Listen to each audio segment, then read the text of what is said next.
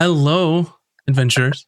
My name is Max, and I'll be your dungeon master for the evening. I'd like to welcome you all to the 56th episode of Campaign 2 of Caches and Cantrips, where some of your favorite streamers play Dungeons & Dragons live on Friday nights. I'm joined by our amazing cast of Bunny Dreadful, Lena Nicolich, Virtual Spectre, and moves like Jagger from the GG and crew. Mac is not going to be joining us this evening. She's on vacation. Hope you're having fun. It sounds like a pretty cool vacation, I won't lie. Mm-hmm. I'm just saying that and I'm thinking like, I could use a vacation, to be honest. I could use one of those. Vacation. Anyway, it feels like it's been 1,000 years since we last streamed. Last time was my fault, but that's okay. Just so you all... It wasn't your fault. It was driver's fault. Sure. Well, software's fault. That's true. I have to use an entirely new browser for this to work, by the way. It's wild. Wild, I've heard of obscure, other people having the same issue, but I don't know how they fixed it. So yeah. So fun times. But aside from that, I just want to say thanks everybody for being here and for watching and for listening to our podcasts and doing all of that stuff. We're also on YouTube right now. If you didn't know, you can go over there and watch us later or now whatever you want. Yeah, now you know. And our podcasts are everywhere that podcasts are sold, including our Monday Tome of Knowledge podcast, which VS and Moobs just told me hot off the press are going to be talking about paladins. Best one, the best one for last. I was going to say that the best class on this Monday, which is pretty exciting, and that's the last class of the new 2024 Player's Handbook, which is pretty sick. That's right. I will say that I got the physical Dungeon Master's Guide today at my house, which is like weeks early. I think it's not supposed to come out for another 2 weeks, but the package got here and I carried it up to his office and he was working and I just heard like the loudest, most excited gasp. And he was like, "Do you know what this is?" And I was like, "No." I didn't even have to I just saw the shape of the package and I was like, "There's a book in there. I know it. I know what that book is." So, by the way, when he was showing it to me, he smelled it. So I just want you all to know that's the level of excitement we're talking about. The new book smell. Same when I open packs of cards. You gotta take a whiff, otherwise, no, it's not real. Oh my goodness! I don't know why I did that either. I guess I was just trying to be weird, which is pretty much like 90% of my day anyway. Anytime that Bun comes into my office, it's just I gotta be weird. New books just got a certain smell. Mm-hmm. Yep. Gotta keep life interesting. Oh, Max does do that. Yes. Yes. Mm-hmm. Yeah. I think just my favorite bout of weirdness lately is walking around the house practicing like death metal screams. And then I just remember one day you're yelling, I didn't sign up to live with a demon. I think you yelled that across the house to me once. I don't remember what I was doing, but I was just trying to have a nice day and you were just screaming. And I'll walk out and I'll just do it, vocalize and walk down the stairs. And I don't think anything of how loud it might be. It was very demonic that day. Just saying. One of these days it's going to happen when you're in a meeting and I'm going to feel bad. That would be hilarious. I don't know. You've got a pretty good mic. I don't know if it would it might gate that so I wouldn't pick it up. Thankfully, probably. But anyway, our podcast surpassed 4,700 listens. So thank you for those of you that have listened to it. And if you haven't and you want the scoop on all the new classes for the 2024 D&D, go check it out. Aside from that, we were talking about this before the show. Actually, let me say that in a more official way. We were talking about this in the pre-show. That our Discord has been quite the cornucopia of music suggestions. So if you haven't joined our Discord, go check that out. Discord.gg/Casters and Cantrips. And go listen to all the wonderful metal music that is populated in the archives there. I think I And even if you want posted one ska, today. let me know. I'll Yeah. sprinkle some ska in there. I would challenge you, Moobs, to find me something that I would categorize as ska core. Something with like death metal and ska.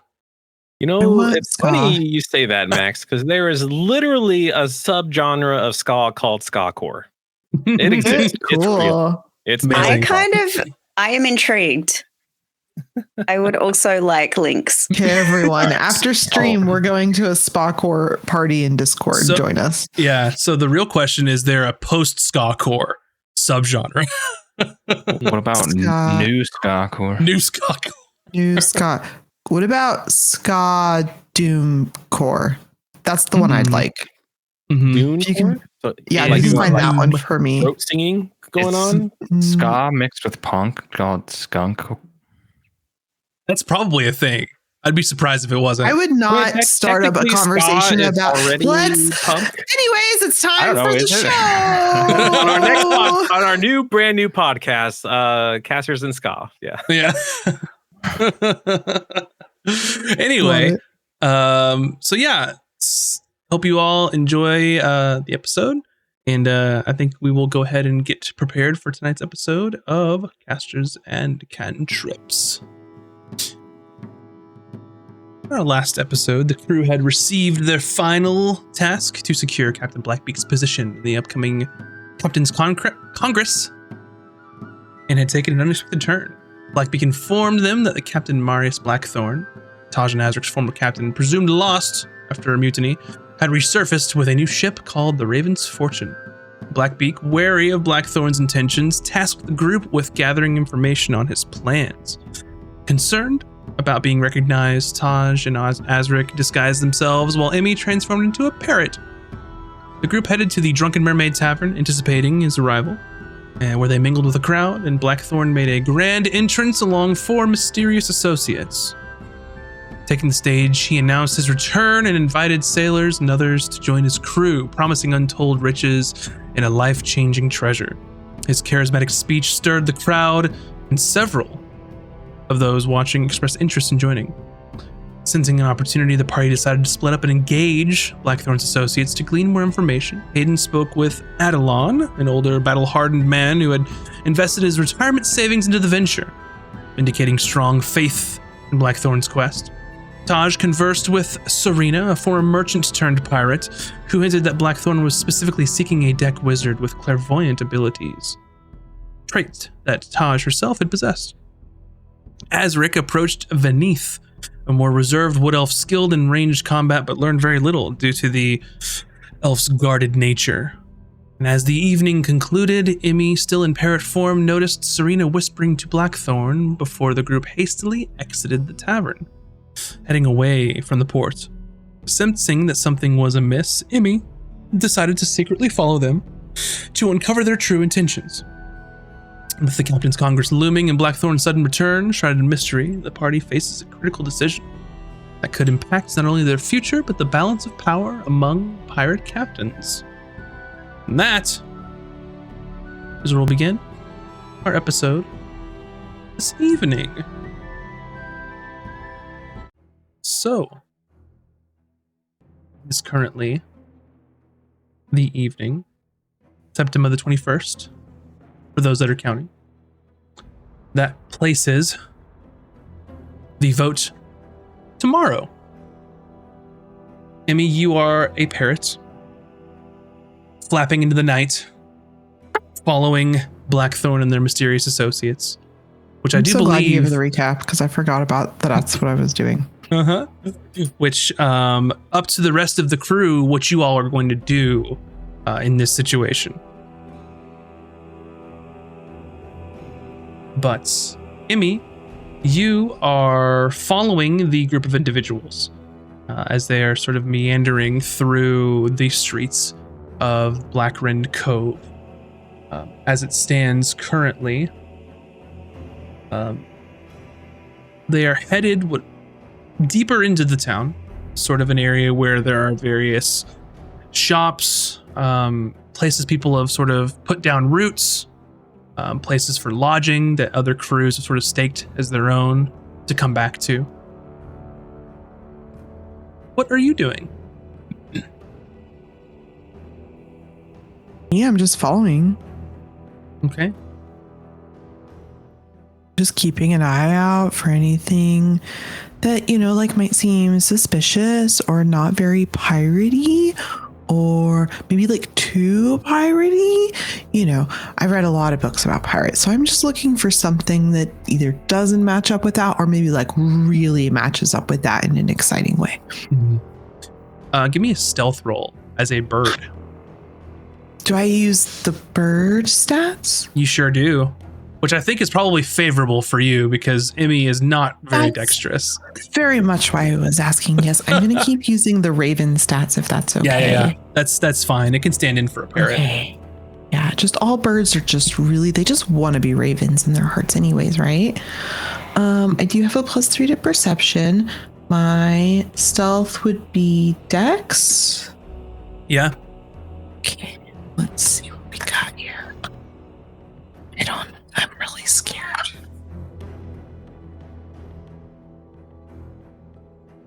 Okay, I think that's an 18.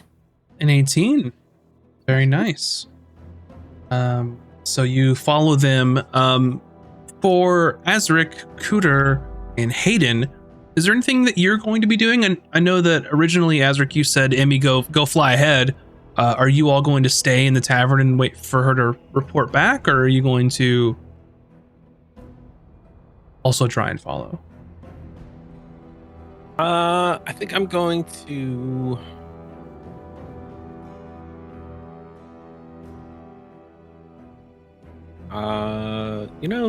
who's also really good at sneaking and following people? Hayden? You want to keep an eye on Emmy, or do you believe she's got this?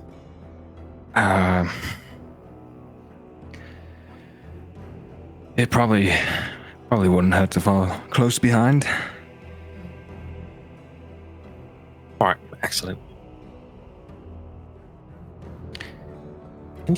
Can we speak under the table real quick? Sure. It's a high top, so of course. Yeah. Yeah, I'm like, under the table. Is this like a 1930s rom-com? What's happening?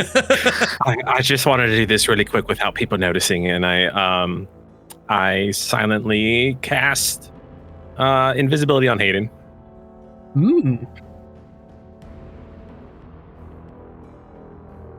I wasn't sure what this was about, but thanks. Extra measure. Right. Well, off I go. And then I'll stay at the bar to see if I'll try to pick up on conversations about what people think of Captain Marius. Mm-hmm. Hayden, I'd like for you to make a stealth roll. Okay.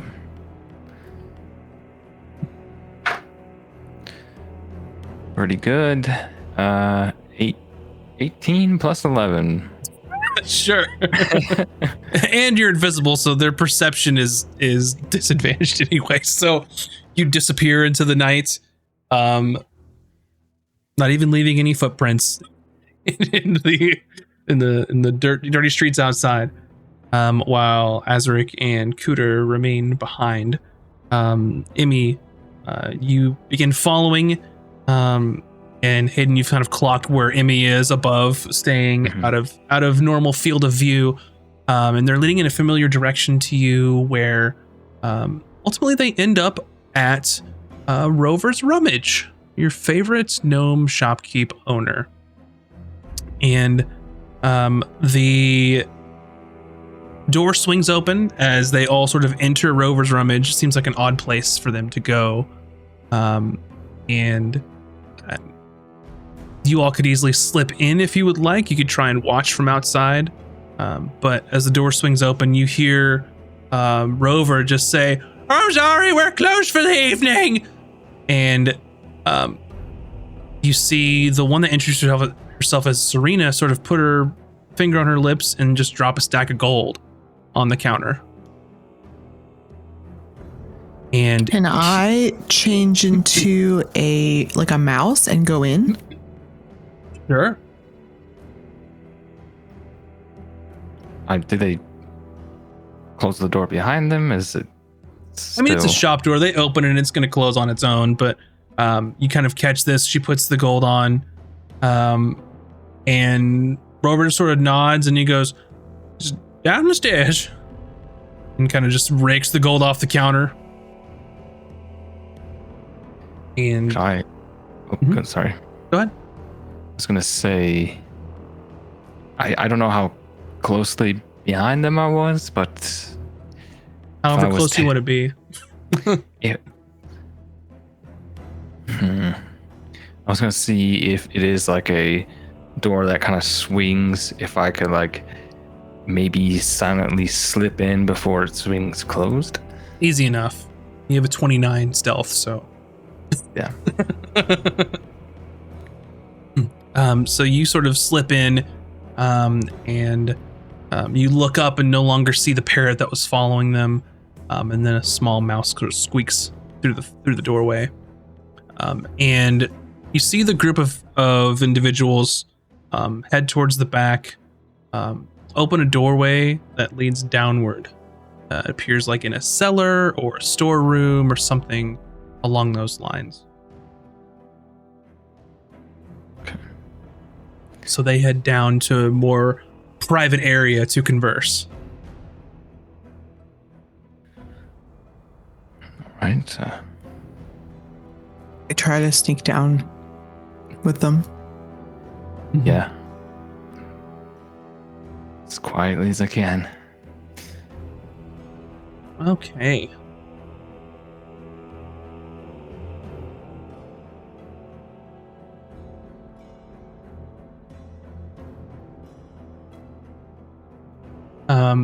And you see them sort of go into the room downstairs, and there's sort of a table. There's like a back stock of the general store here, so just crates and stuff like that, but a small area where they're kind of gathering together. You know, one of them is leaning against a stack of boxes. There's a couple chairs down there. It looks like they're having some sort of meeting. And you hear Blackthorn, and he says, "All right, we're going to get the crew. I know that we're going to be able to find." And Serena just puts her finger on his lips and just says, "Stop." And she begins to cast a spell. Uh-oh. And if either of you would like to make an Arcana check to try and figure out what spell she is casting, then you are more than happy to do, or I'm more than happy for you to do so.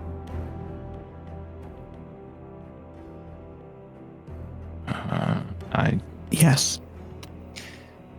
He won't know. Maybe he would. Did you roll Try anyways. I'll try. I'll give it a shot. I rolled an 8. an 8? Okay. This is gonna be Arcana? Yeah. Intelligence. Intelligence. Whoa, 17. Wait, Gotcha. where's my intelligence? Yeah, 17. Surprisingly. So you would know as she's sort of creating its incantation. The tiny mouse sees her wiggling her fingers and saying some words and sort of lighting up a little bit.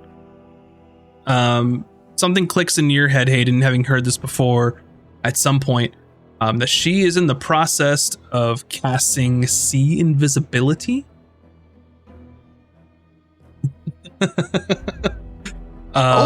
So what I will allow you to do here, since you did hear what she's going to cast, I will let you as a reaction make a dexterity saving throw, that if you wanted to dive behind some of the crates and boxes here to be sort of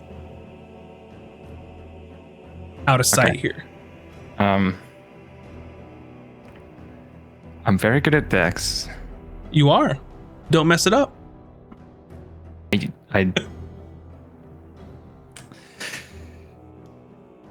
I really don't want to be caught. So I have an inspiration. Mm-hmm. Ooh. I just want to see if I can make this better. Uh-huh. And this does track as if someone's having a secret meeting on a pirate island full of spellcasters. Yeah. You probably want to make sure that things are private.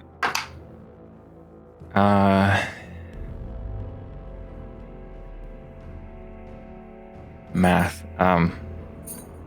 Math.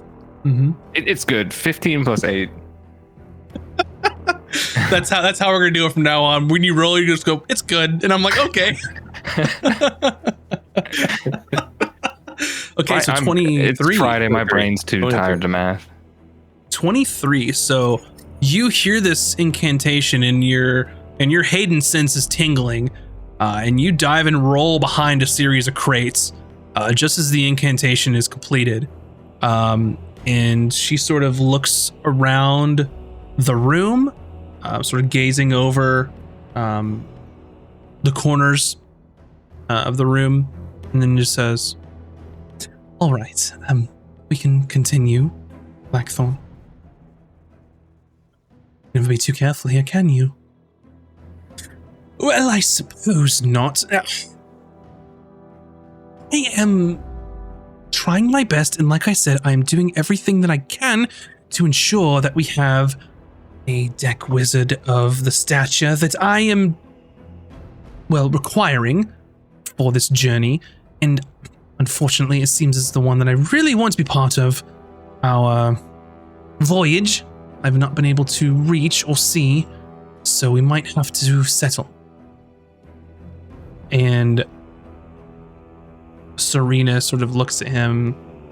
Well, is that going to be a problem for us? No, not a problem at all. And she looks at him and says, you are going to be well compensated regardless. I don't care about your voyage, and I don't care how well it goes. This is a very transactional relationship. So, if you're having problems, I can see if I could assist you, but once our agreement is fulfilled here, we're done. Is that clear to you? And Blackthorn just says, absolutely crystal clear to me. Right. Now,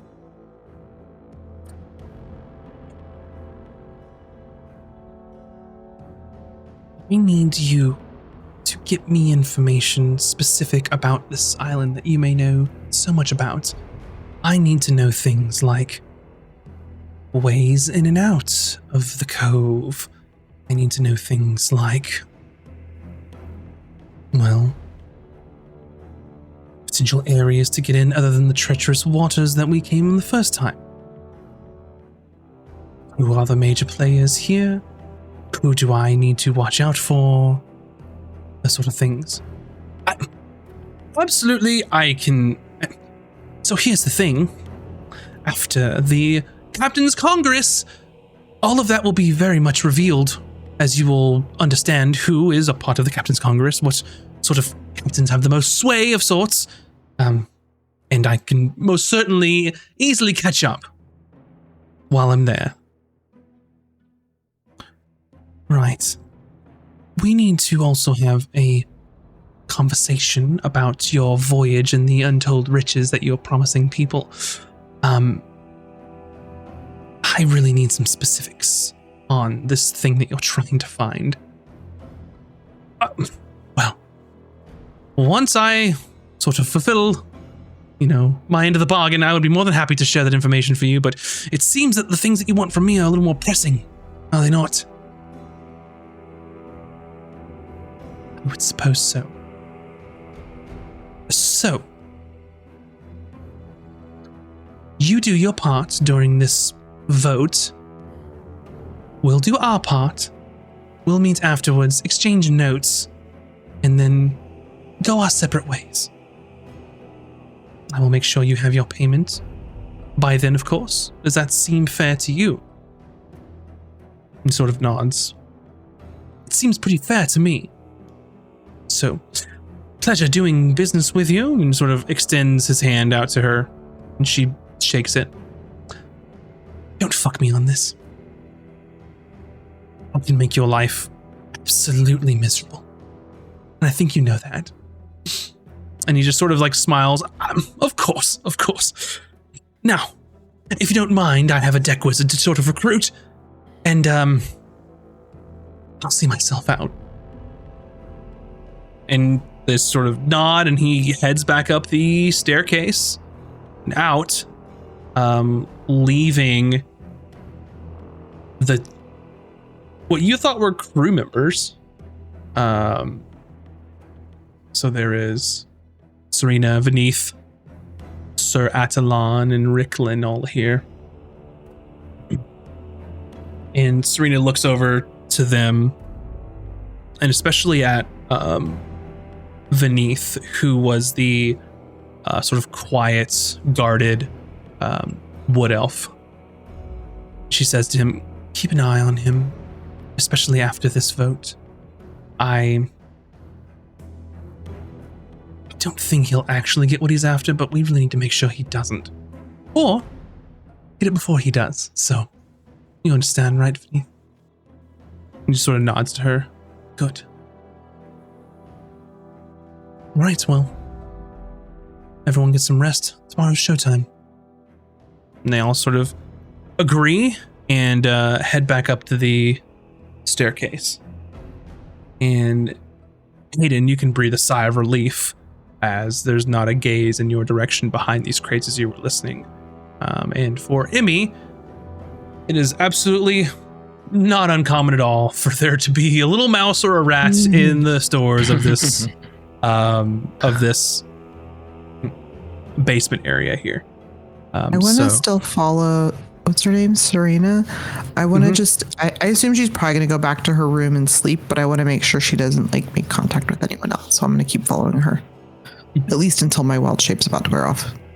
Okay. Anything? How long does invisibility last? An hour. How long does see invisibility last? You certainly wouldn't know with your roll. Hayden would get an idea of it. I think you rolled like an 18, right? 17. Yeah. 17. You don't have an exact duration. You don't cast spells yourself, but I mean, it's a pretty long time from what you could gather. I've been mixed in with some spellcasters for a little bit now. I don't know exactly how long, but I got an idea. Yeah. Long enough. Yeah.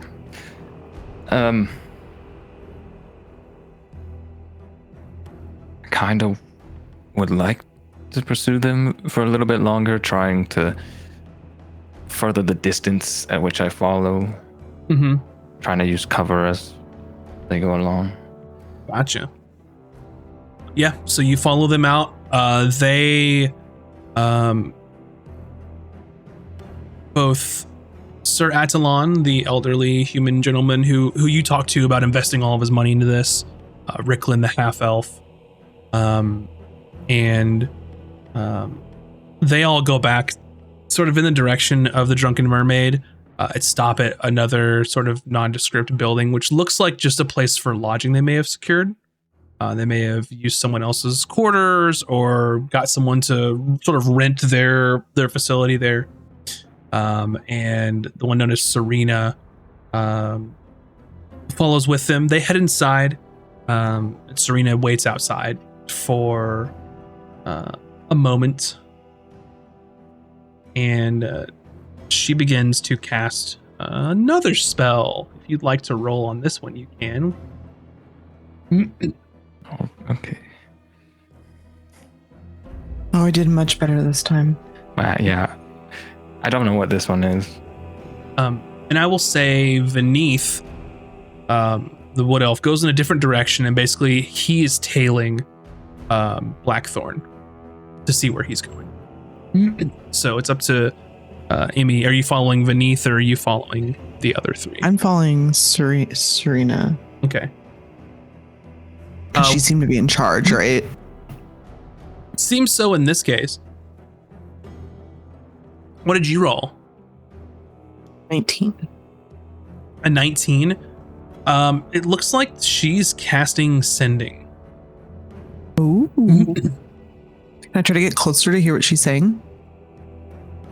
You won't be able to hear what she's saying in sending because you don't have to like speak that one. That one's all in the brain. Don't. Okay. No. Message is the one where you talk into copper wire, but it's a whisper kind of thing. But this is all brain. Does it look like any of the people she's with is who she's talking to by chance? Okay. No. Like they're not like focusing really hard listening or anything. Mm-hmm. Can I see her mouth? No, it's all in your brain, so there'd be no way for me to know. Yeah, it's sending. It doesn't give any indication other that a spell's being cast.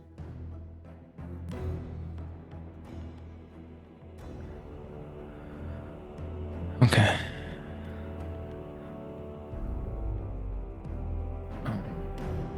And you wait for a moment. Some time passes, and I won't even make you roll for this one. She casts it again for Emmy. Oh, okay.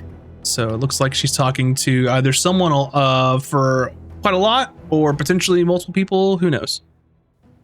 Okay.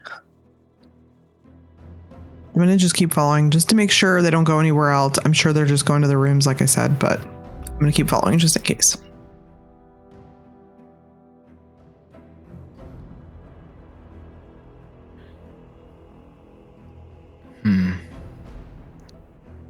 Yeah, I would love to like get in there and listen to more conversation, but I don't want to get so close that she sees me. I wish I could turn you into. I could turn you into a robot, but I don't know you're here. Yeah, I just don't know where I'm at.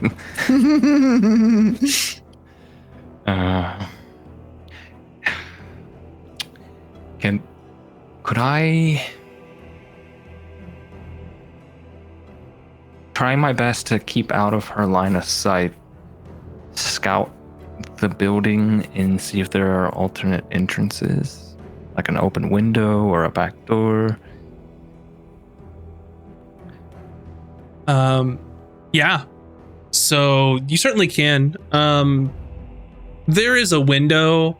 You can see that the other two are basically just shooting the shit before they call it a night, basically getting all their gear put up. It looks like that they're taking time like to clean their weapons, make sure all of their equipment is in order. You can see like Sir Attalon actually has some quite nice armor in here that he is sort of polishing up, making sure it's all in working order. He actually has plate armor here. The same with the other, known as Ricklin. He's got a chain shirt that he's making sure all his stuff is put together. And it's not unlike someone like preparing like an adventure. It would be like, these are the things that you would do before you take like a sleep. It's like, make sure all your stuff's in order, make sure that your weapon's in good shape, make sure you got everything that you need for like the next adventuring day, basically. So it looks like they're preparing and making sure everything's in order. After the second spell is cast, you see Serena come inside and sort of does the same thing. She's got a breastplate that she sort of pulled out of a pack and like setting up and things like that. And really it's just kind of small talk back and forth. Nothing necessarily like giving anything specific away, but she's just sort of telling them to make sure that everything's in order, make sure that you're ready, big day tomorrow, like no excuses, no mess ups. Does this feel kind of abnormal if they were just a normal pirate crew? Like this feels like they're definitely something more, right? I mean, yeah. I mean, ish. I mean, they're taking care of their equipment like they're going to go on an adventure or something tomorrow, right? Where most everyone else is preparing for a captain's vote or is drinking all night until they're sick, essentially.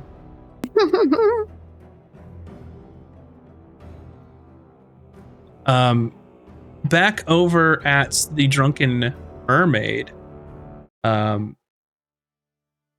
Azric, Cooter, you all are sort of mingling around with the crowd. And a short time later, maybe like 40 minutes, 45 minutes, maybe close to an hour, you see Blackthorn sort of waltz back in, sort of throw his cloak back to make an entrance, and just starts mingling with people again, trying to drum up interest in the crew that he's building for his new ship. And there's sort of rumblings of people just, surprised he came back. I haven't seen him in a while. Well, I don't know if I joined his crew with what happened last time, but no, he clearly has backing this time. So just kind of, he's the talk of the town, basically.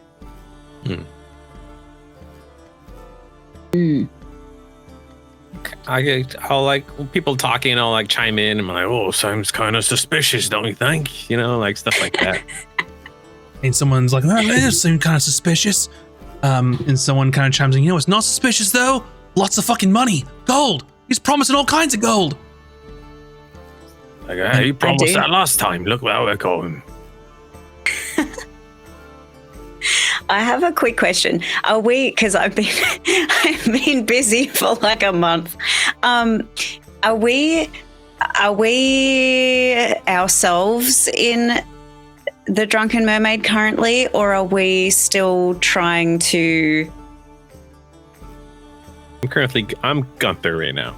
Yeah, cool. That's what I thought. Because I'm like, I don't know if I am Cuda.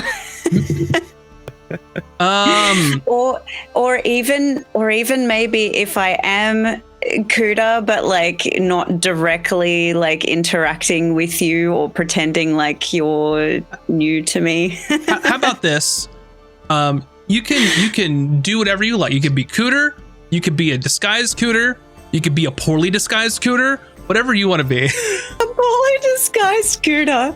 I reckon Cooter's just been like understands the assignment of like don't be suspicious. Like try to kind of blend in. But her idea of a disguise is like when she's to her own devices is like she takes her glasses off and puts her scarf in her bag, her giant bag of everythingness, and then because she can't see jack shit, she's just kind of like stumbling around going like, oh, what's up with all these rumors now? It's getting a little bit of spicy gossip in here tonight. I wonder what could possibly be the talk of the town, and like just trying to get all the drunken people to divulge information to her. Yeah.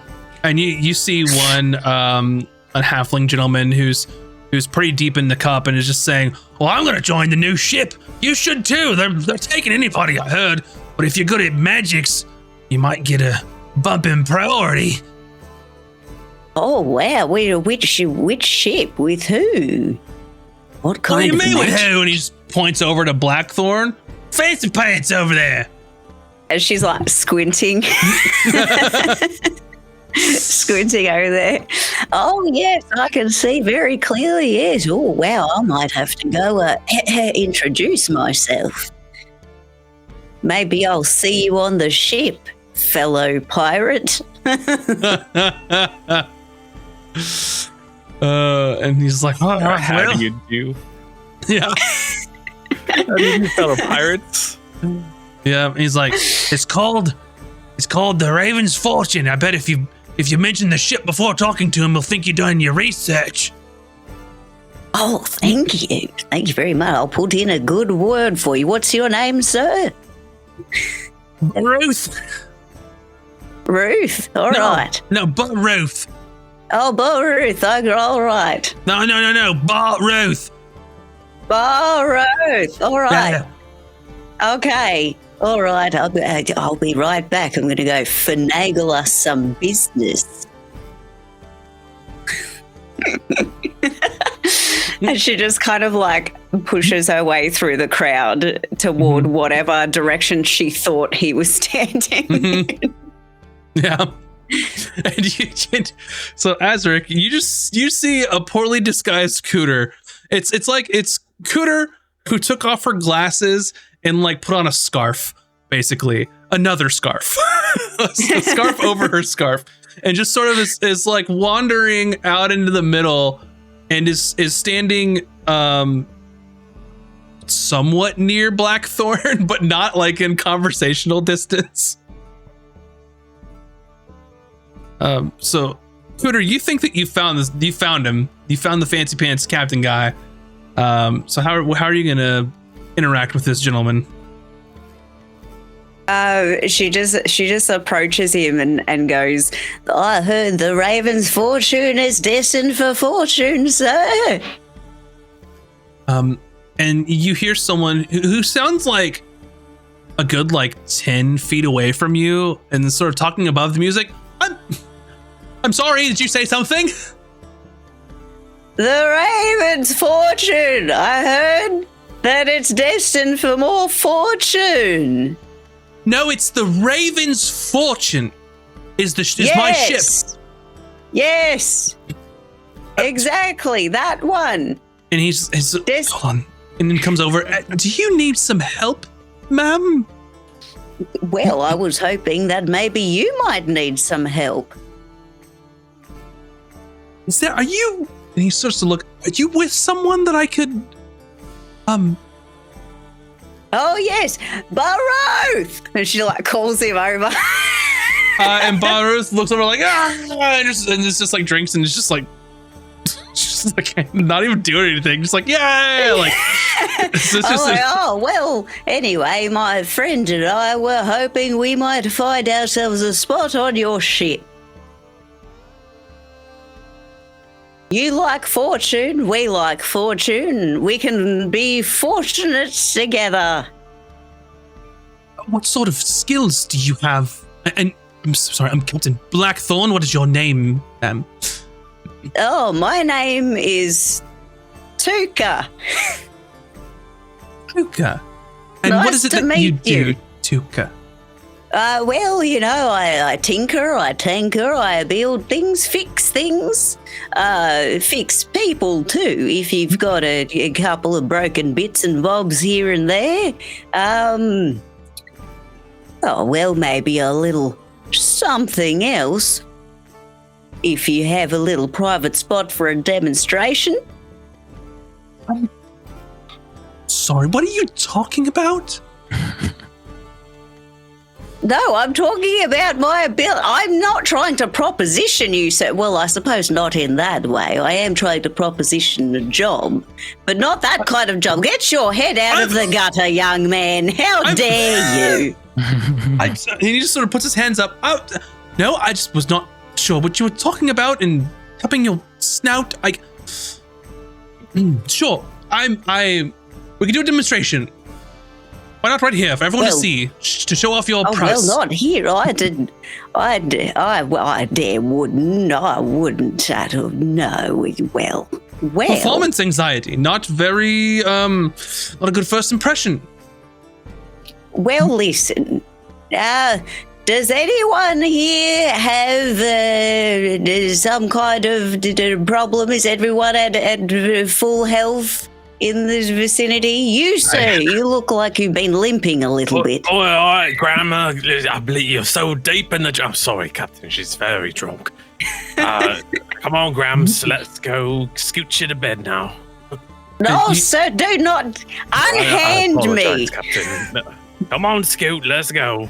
Unhand me, sir.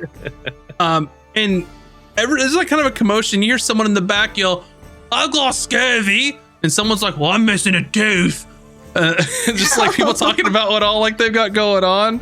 And the captain says, I'm so sorry, sir. Do you know this woman? Because she's acting like that you do not. She's just like the town old grandma, drunk and always looking for help, and no one wants to get help, so she's just taking every opportunity she can. While you guys are discussing, I've already walked over to the scurvy man and started casting healing word on him.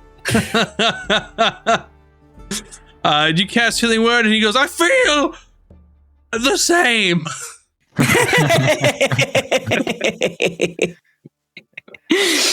She's lonely, really. No apology. And he sort of I don't think sees I you brought any casting- oranges with me, sadly. And he sees you casting something. He goes, interesting, very interesting. And he just sort of like says, like taps you on the shoulder. He's like,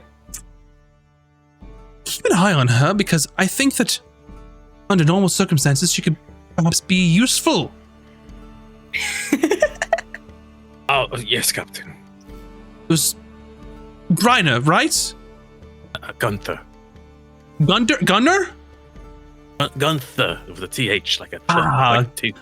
Gunther, yes. Please go grab the madam and make sure that she's all right. Don't forget tomorrow at the Raven's Fortune. I'll be holding sort of, we'll call them secondary interviews, all during the show for the Congress. But anyway, make sure that she makes it if you don't mind. All right, so before the Congress or after? Let's say right before the Congress. Everyone's already gathered there, and yes, before the Congress. Okay. You got it, Captain. And you sort of go go to Cooter and corral. I don't know what you're doing. Sheepdog her. Let's go. And I like whisper, it's my Asric. Oh, yes, unhand me, sir. I will resist. And she like walks with you. You get some real, I don't know you, it's my purse energy.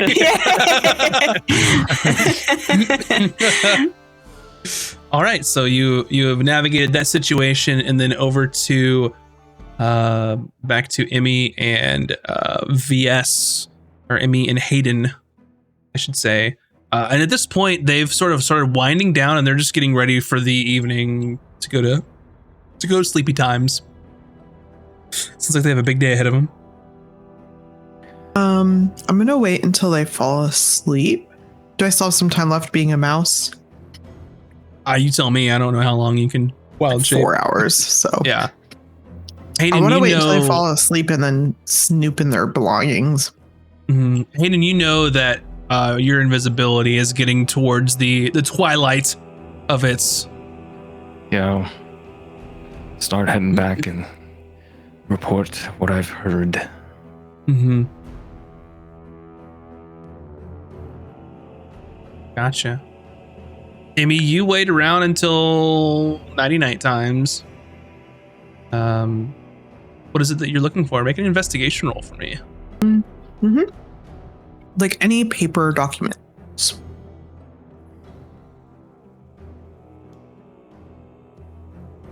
14. 14. A distinct lack of any sort of paper documentation whatsoever.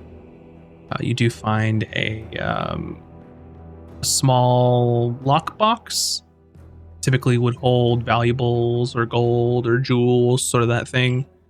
You sort of rummage through their equipment, find various adventuring supplies, really. Can I tell, and it's totally okay if this is not something we would know, but like where their armor was made? Like does it look to have a certain style or anything like that? No, not particularly. It is relatively nondescript in its nature. This question. Are any of them talking or mumbling in their sleep?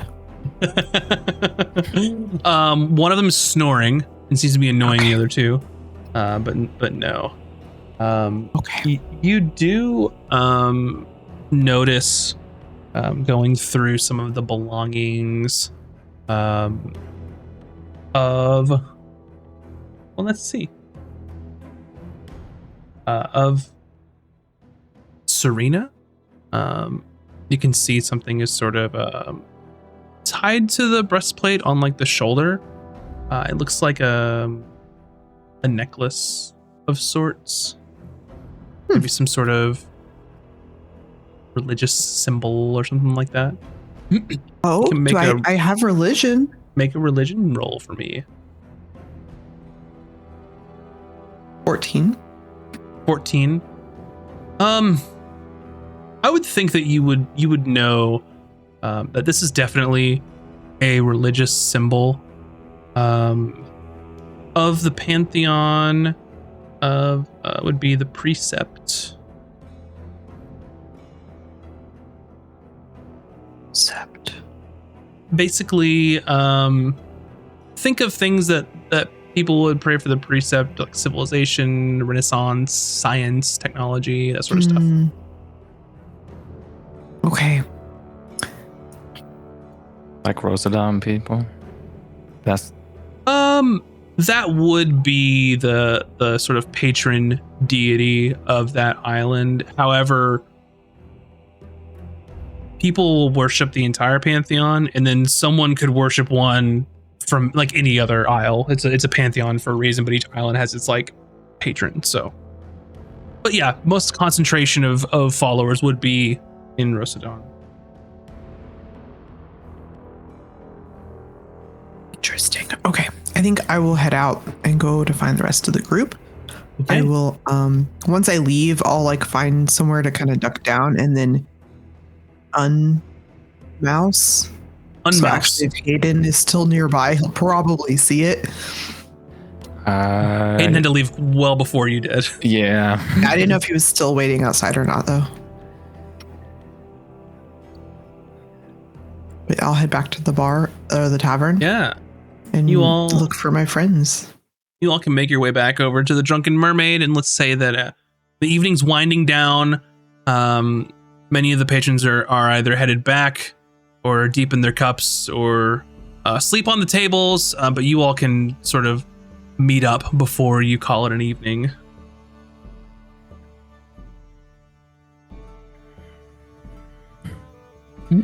Oh, how exciting! you, We're gonna get onto the what did you Raven's find? fortune. We're doing what now? Well, first of all, what did you find? Are we in our rooms or? You can be wherever you want to be. Yes. Okay. Well, whatever partnership that this Blackthorn has with the other people in his party is more business oriented, it looks like. They are. Oh, how do you know that, Hayden? Well, I was there listening. You were? But I didn't even see you. Were you also a rat? No, wait, that doesn't make sense. No, I decided, it'd be helpful to kind of make sure you weren't going alone, in case Oh, things... you went to make sure I was safe? Yes, and also out of my own curiosity. Azric made me invisible, so... Oh, I was gonna say I didn't see you. I should have probably smelled you, but I wasn't thinking about it. I don't smell that bad, do I? No, you just smell like Hayden. Oh. Kind of like somebody that's been sitting in salt water for too long. Makes sense, really. But yeah, they are paying him for Rum. something. I do like my rum. Paying him for information, things. They want to know more of the island, the cove, places of entry, who the big time players are. I don't think they're not operating as a crew. Doesn't seem that way. They're after something. They're using him to get it. They also seem interested in whatever he's after.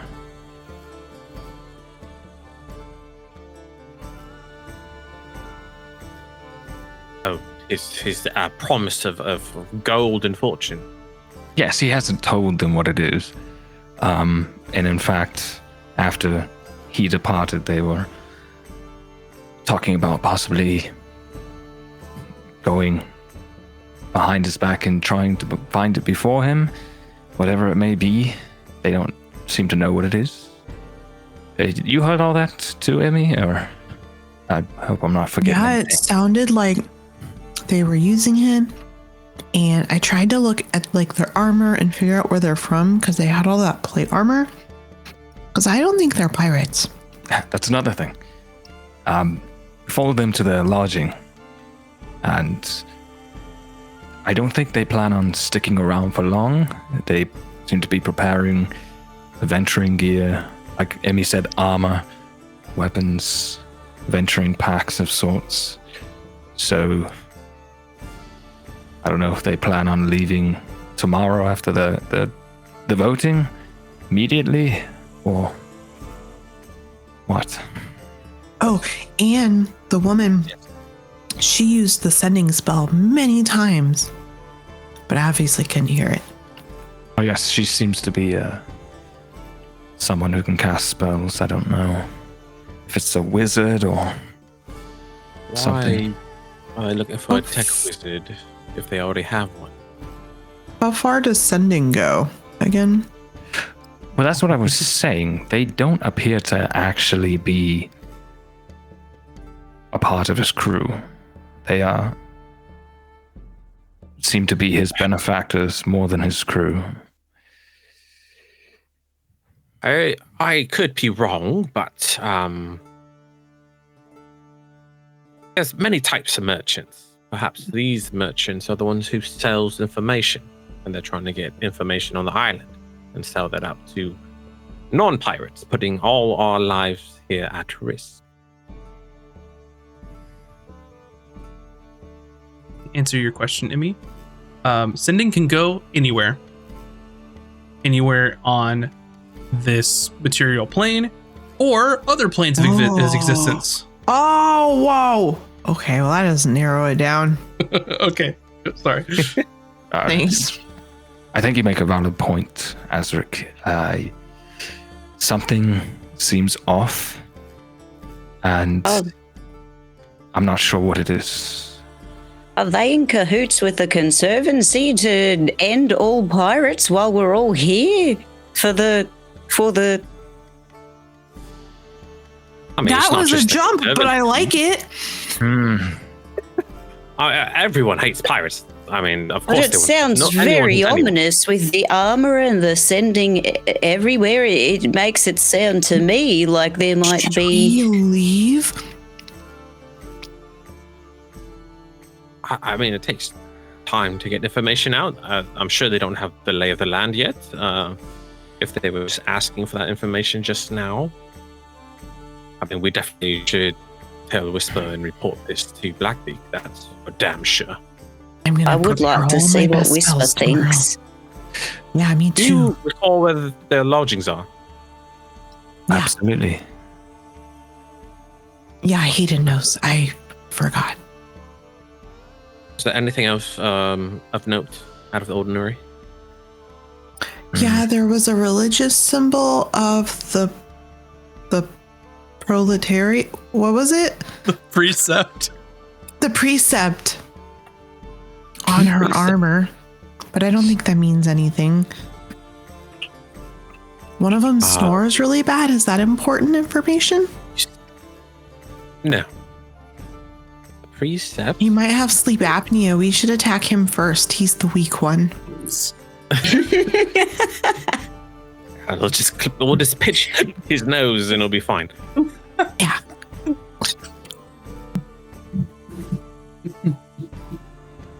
Perhaps she might be a cleric?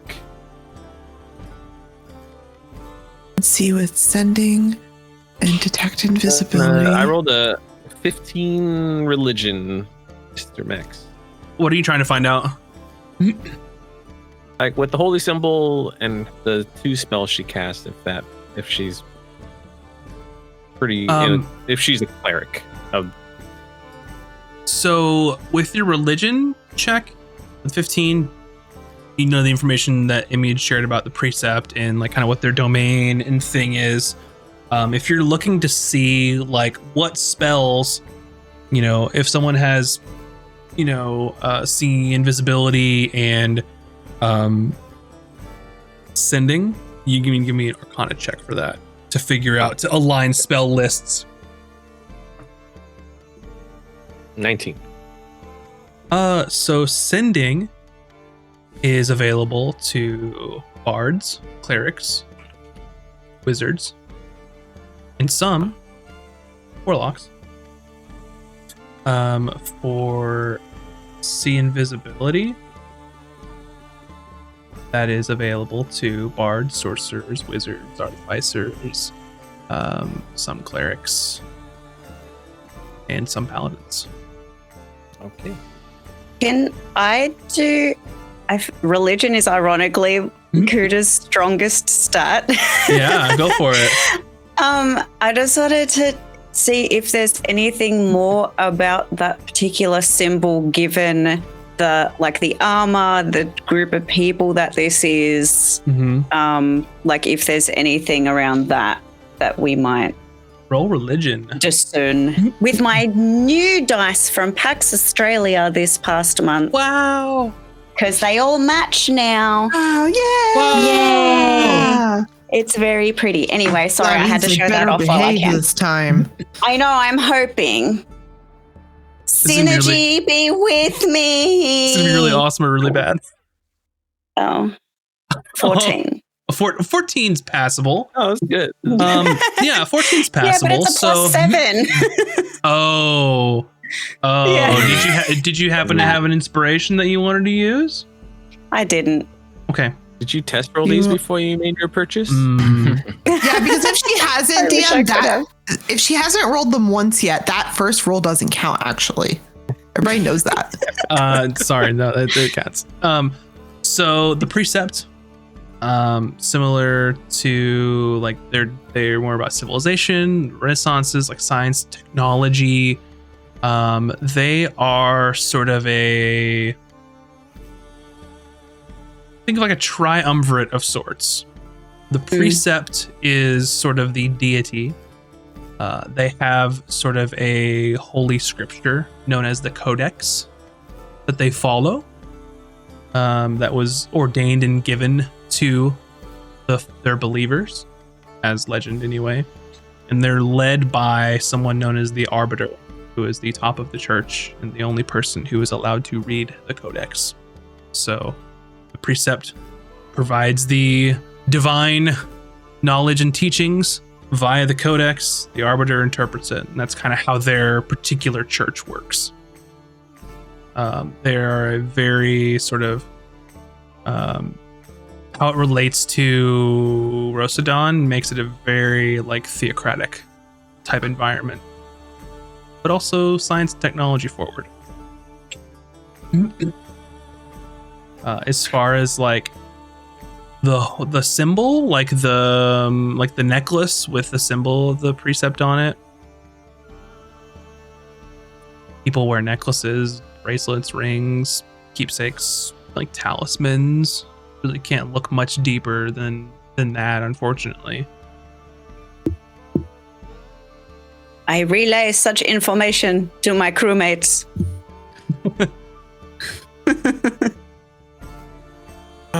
All right. So, not really a whole lot to go off of, but nonetheless, Blackbeak wanted us to report on what he's doing and why he's here, and I believe we have enough information. At least that something is definitely fishy. I'm not just talking about the market.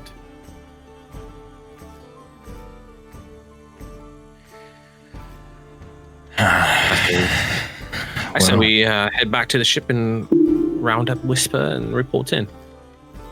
And we should also let her know that we have an invitation, red carpet invitation to the land of fortune, and see what she has to say about that too. I mean, oh bullshit, really? Well, I mean, if she wants to sabotage anyone else, now's the time. I'm starting to really enjoy this. Is it at this point fairly late at night, or are we still kind of? It's late. Okay. Yeah, it's late.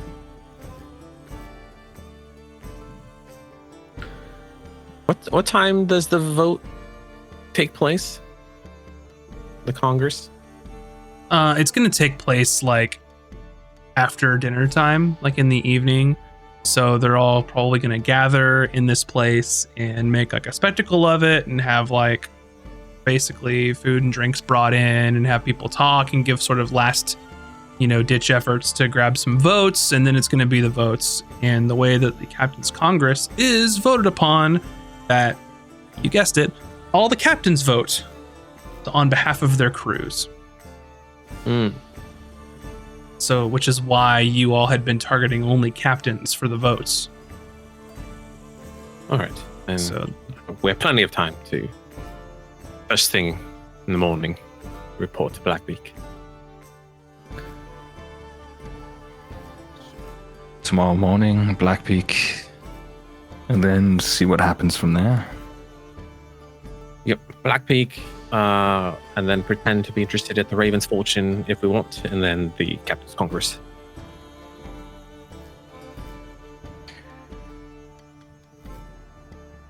All right, then if nothing else, I bid you all a good night. Aye. Good night, all. Good night. Don't forget to prepare all your best spells in case there's an attack. Oh, yes, a good idea. Noted. So you all gain the benefits of a long rest. There's on the 22nd of Septima, which is Sunday. And you all can select your spells for the day. If you are a spellcaster of that flavor, then you can begin however you would like. Similar scene in the tavern of those stragglers that either got here way too early and started early, or holdovers from the previous evening that are getting shoveled out, basically.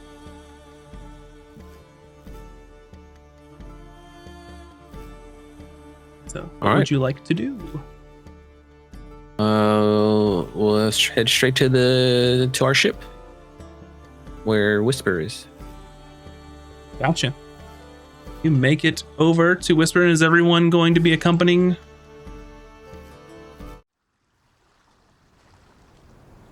Yeah. Alrighty. So you make it on over to the Unfortunate. You can easily find Whisper there, as you are greeted by the sort of skeleton crew that is maintaining the ship while you are in port. So Whisper is being called, and she sort of greets you all. Well, today's the day. Hello, huh? Whisper. Today is the day, and we have much information that Captain Blackbeard requested about Marius. Well, what have you found out so far? Oh well, he's backed by some merchants who've turned pirate, and he's got a brand new sparkling ship called the Raven's Fortune, and he is promising people, glorious riches and adventures. The same bullshit he was spouting last time. But we did some more digging, and Emmy and Hayden discovered that these merchants are not quite as they seem, not so piratey. They're rather here for information. Who's the playmakers here? Who's the powerhouses? All the ins and outs of the island. And all of that. And it seems more transactional rather than Captain Marius putting a crew together. Do you So think I feel that... like... Hmm. Sorry, continue. Well, go ahead. I think they're here to gather information and perhaps sell us out with the highest bidder. And when I mean us, I mean the whole island, the cove. I will say, in fairness to Blackthorn, well, if that is what's happening, fuck him. But he does seem genuinely interested in gathering a crew again. But Maybe yes, he what doesn't Azric says realize. is correct. There's something off.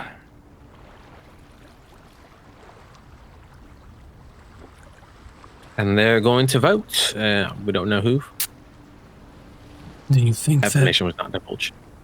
Do you think Blackthorn's trying to make a play with some deep-pocketed backers? Absolutely. I don't think he can get any votes this time around. But he did mention, was it Hayden? You can catch up.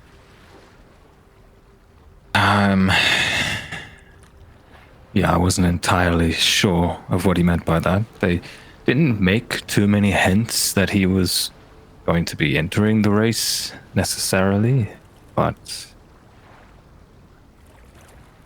he is doing interviews at his new ship right before the Congress to fill out his crew. yes. What makes you think that the backers are vying for information and are selling us out? Just an assumption. Yes, it's one conclusion that we came to based off of what I heard, what Emmy heard. They are not aligned as a crew. Doesn't seem like the people with them plan on pirating with him. They were more communicating secretly with someone. Yes, they do have at least one spellcaster.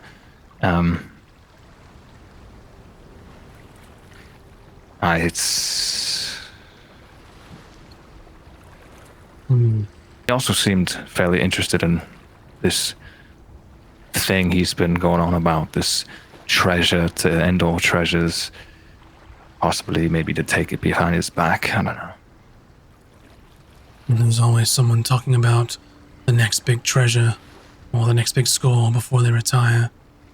Since you two, and she points to Emmy and Hayden, since you were the ones that overheard them, do you think it would be better to find them and press them, or to try and keep an eye on them from the distance? Well, the thing is, we don't know who they were communicating with, so it'd be good if we could figure out who that was, I guess. Without knowing the full capability of their party, I think it would be potentially dangerous to try to engage them and subdue them. I'm not completely against it, but we have between us here some folks that are fairly good at tracking and pursuing. So we had to decide which is more beneficial and which will likely yield us more information.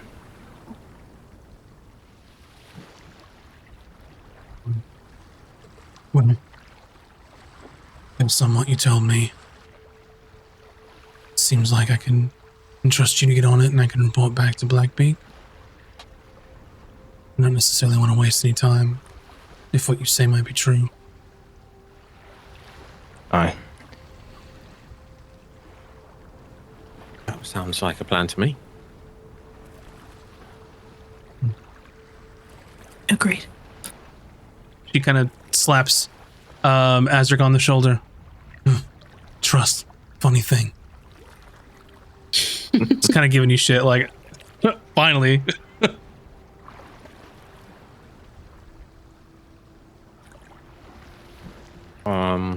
All right. Does she also look proud of Maiden and Emmy and us being super stealthy, awesome people? Oh yeah. Okay. She's proud of She you. listened very intently to your report. Oh, wow. And it Here we felt are, very friends. official. Okay, thanks. She was side-eyeing me the whole time. That's true. So These- it would be safest for us to take hostages, no, rather than. Well, we know that Oh my God, listen to me. Who am I? I will I was say about to say, are you feeling okay? they look fairly well equipped. So a direct confrontation in order to subdue them might not be as easy as we think it will be. If we can find a way to get the slip on them, perhaps. Maybe we let Blackbeak take care of that part. No. She's really scary. It seems like we've been tasked with looking into this ourselves. Yeah, but we did. Is that not enough? I feel like we've done so much already. I mean, we need to be certain. Or this is just theories. And I mean, we can take him head on if you want. It's not going to be easy. What if they didn't do anything wrong? And then we just attack them for no reason? I mean, we're pirates. Yeah, and I did prepare my really good spells, so that's true. as you're discussing strategy, Whisper kind of leaves you to it and walks off the ship, puts her hood up like a cool rogue that she is, and walks towards Slow-mo. the port. Yeah. Second only to Hayden's hood scenes. I'm imagining that as soon as we leave, Hayden has to do an even more impressive hood scene to like show her Hayden's how hood it's off. done. It's a hood off. Hayden's hood is a hood, but there's also like a collar. So perhaps he flips his hood up and does a little collar pop with it.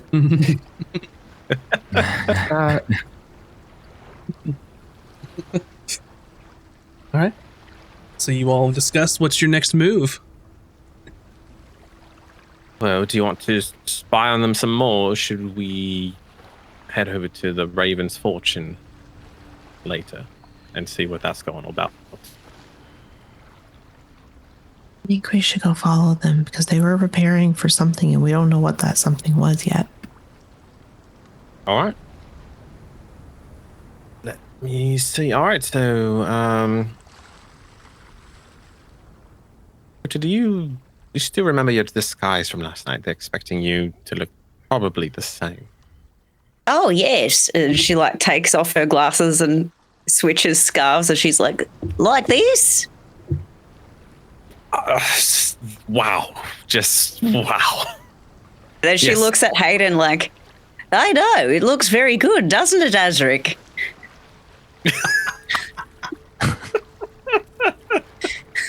Over here, Kuta. Sorry, what? She like looks at Emmy. I mean, it's just gonna kind of like point her in the right direction. All right. It I is put very your glasses- difficult to see, but Just put your glasses back on and let's follow these so-called merchant. all pirates. right. Should I be in disguise? Should I turn into an animal? I I could be think your they pet bear. They don't know what you look like, so I'll Oh yeah. probably save Okay. your forms when we need it. Okay. But I am gonna put on my pirate bandana. Yar. Excellent. Just don't do that. Okay. The I verbal part. All I right, let's go. understand. Oh, lead the way since you two know where they're staying. Well, they said they're doing the things at the location of the vote, but before the vote. Are we going there? We're trying to. It's early in the morning, right? We're trying to catch them prior to them, I guess, leaving. Right? Yes. Mhm. Yes. Okay. After you, Emmy. Ding dong. Okay. Hello? It's this way, I think. Ding dong, darling. Do we have that technology here? So you head out to the location which you sort of followed them to late the previous evening. So Hayden and Emmy lead you to essentially like a single room like bunkhouse, basically. And you all sort of get there to sort of spy on them, and say as you look in the window to sort of gauge the situation, the place is completely empty. There is no trace of anyone being there. Oh, They were Nope. definitely here. Doesn't even look like anyone was in the beds. They do teleport. Make a perception roll. Okay. Because they had a lot of gear. And I wish to support the perception of are there any visible traces whatsoever of anything? Make a roll, Cooter. How much rum did we drink last night? I rolled a 17. Mm-hmm. Looks clean. I mean, you don't see any indication like that they were there the previous night. Wow. I rolled a 22. 22. Cooter. Looks clean. It doesn't look like anyone was there. And then you notice that there are sort of, think of like a chest of drawers or a bed. When something has been somewhere for quite a while and you don't particularly think that pirates like to clean very often, like dust and things like that, you can see that things have been shifted and things have been moved, maybe in a hurry, and seems like things may have been quickly cleared out of here. There's one Look drawer right that's there. slightly ajar. Mm-hmm. This has been moved. It's very subtle, but it's there.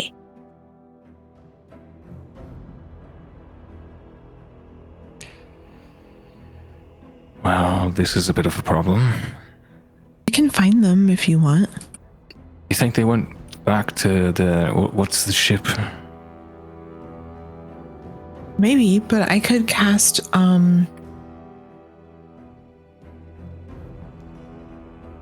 locate object on the religious charm that was on her armor.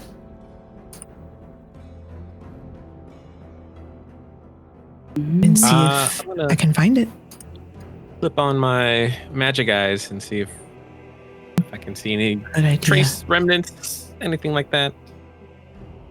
Are you doing detect magic? Yeah. At will? Nada. Nothing at all.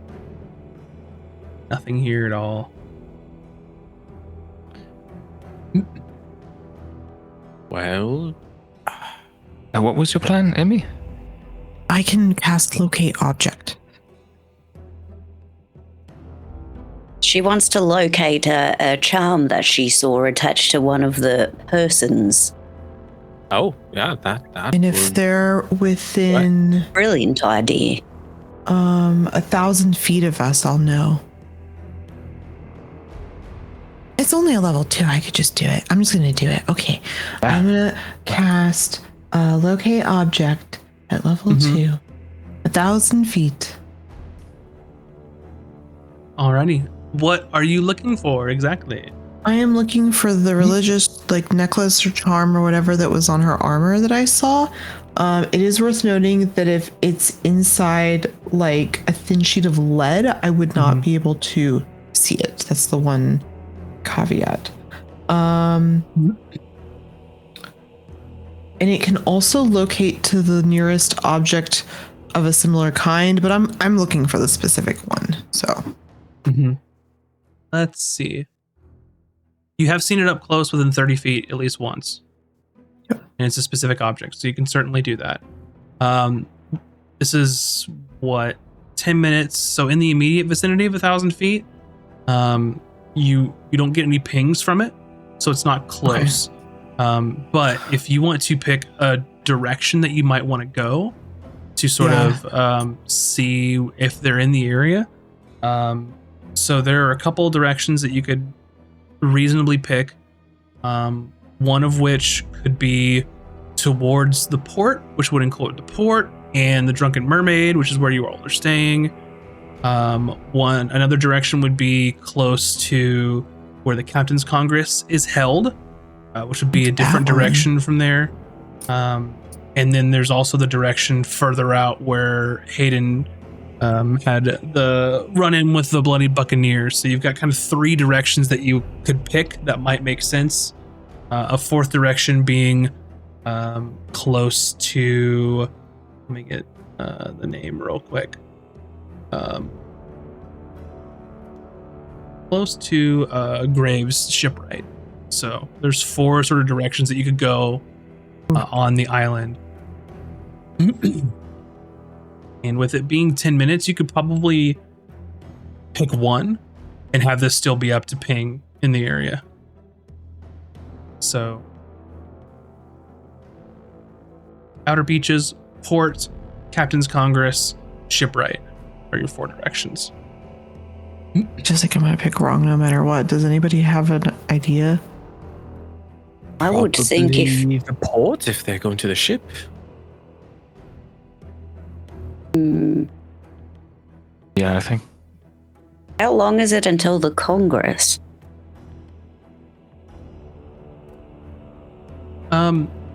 They're making... You've heard they're making a spectacle of it. So the vote's going to happen this evening, but it's like food, drinks, people gathering together. You know that the other captains are going to try and vie for votes before the vote. Well, then, potentially I agree with Azric. The port? The port and the Congress are Yes. not the same place. They're 2 different Yes. directions. So Yeah. Yeah. Okay. So port. Emmy's just gonna go, oh, not here, and then she's gonna take off like running towards the port. okay.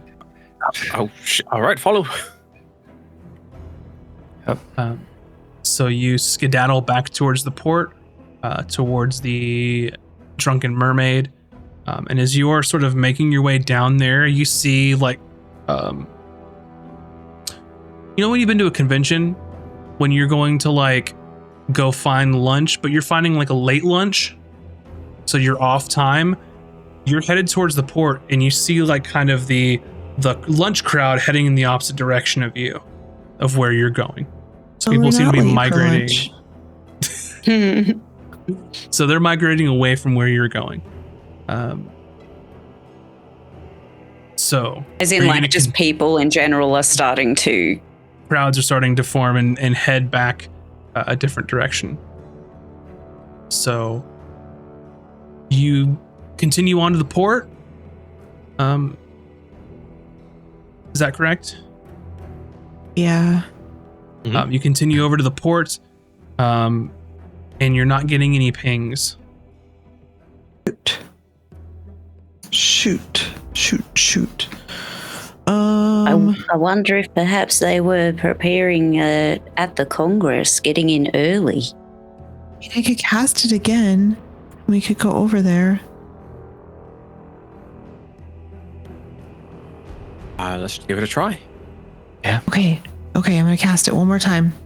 Where are you heading? To the Congress area. We think that perhaps they may have like cleared out and started setting up shop around the Congress early Already? before the crowd started moving in. Gotcha. So you make your way over to the Congress area, and as you are approaching, your object sonar goes off. Kimmy. I like grab Cooter's arm. And start looking around. Oh, I knew it. Wow, you were right. Okay, where are they? And you make your way forward, and you can see there's a building where the Captain's Congress is sort of held, and it's sort of reserved for these types of special occasions or meetings of the Congress and such.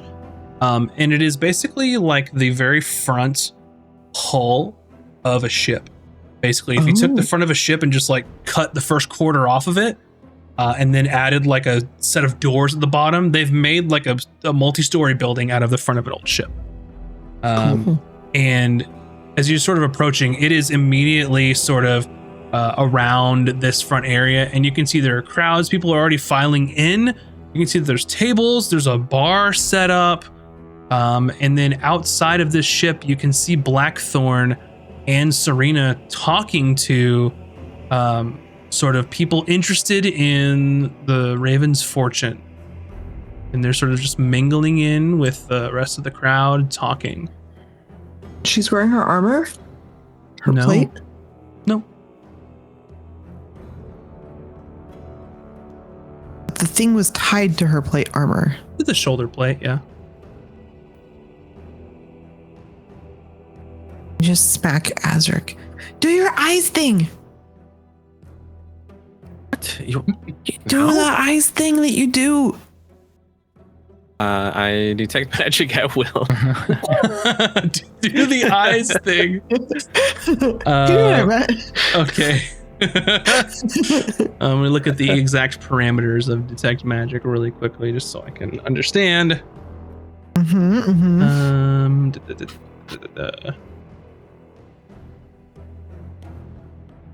Since the presence of magic within 30 feet of you.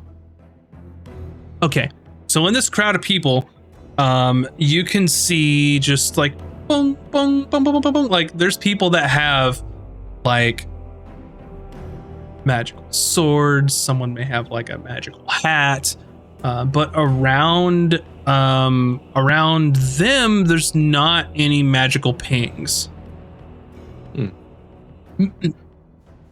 That's odd. Nothing around them. She was a caster, though. For a little bit of clarity in this situation, are you in disguise, Azra? Because no. I'm me. You're just Azra? Yeah. Okay. Then well, obviously I can't disguise, so I'm just hidden.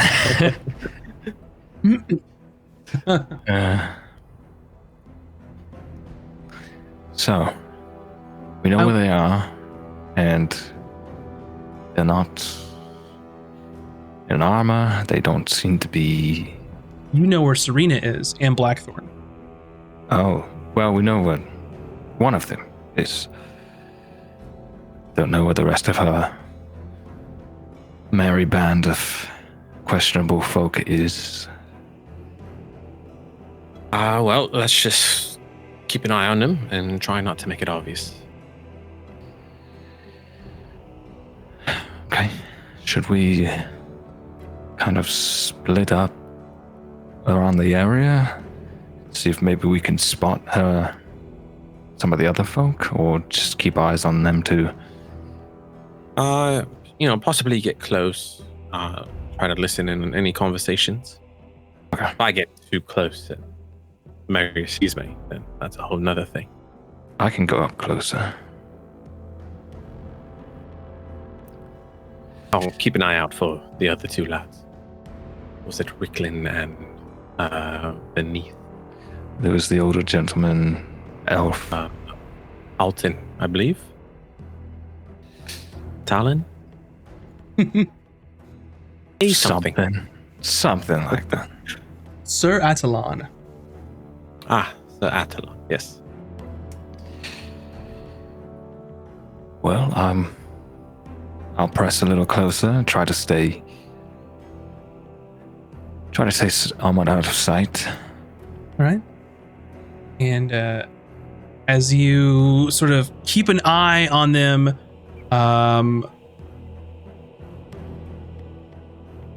during this whole thing in this courtyard area, I think it's a good time for us to take our break before the festivities begin for the Captain's Congress and other things. So don't go anywhere. Get you some drinks and a snack and stretch your appendages, and we will be back here in just a little bit. BRB, everybody. And welcome back, everyone. Hopefully you've gotten your snacks, your snackies, and your drinkies. Thank you to Amaro for gifting all those subs. Much appreciated. Thank you. That's very kind of you. Enjoy the emotes, those of you who have them now. But where we left off is the crew had located where Blackthorn and Serena were currently setting up shop outside of the Captain's Congress. But the 3 other companions that were with them were nowhere to be found. But at this point, it looks like they're just running recruitment. I'll say at this point it is the afternoon. You've kind of kept a close eye on him. Nothing really suspicious has gone on. It's drawing closer before the festivities start happening, before the Captain's Congress. So there are quite large crowds of people, both inside and outside, at this point.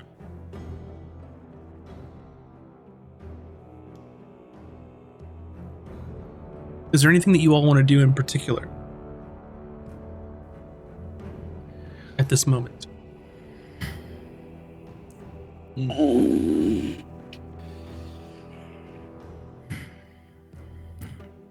I'm not sure. So they're just they're recruiting at this point. Mm-hmm. Yep.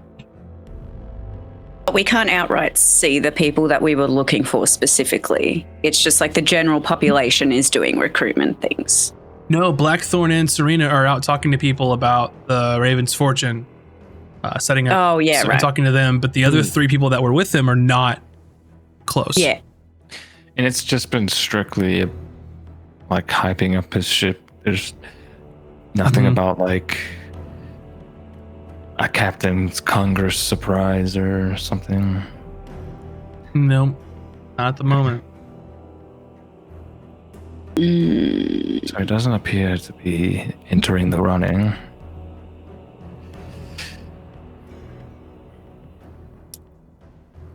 I'm gonna try to roll. Or do you want to do investigation or perception to look for the other 3, or at least one of them? If you want to try and look for them through the crowd specifically, in the immediate vicinity, you're not going to find them. You can spend time looking through the crowd here, and in fact, you do. You spend some time to try and suss out where they might be. Are they recruiting, talking to people?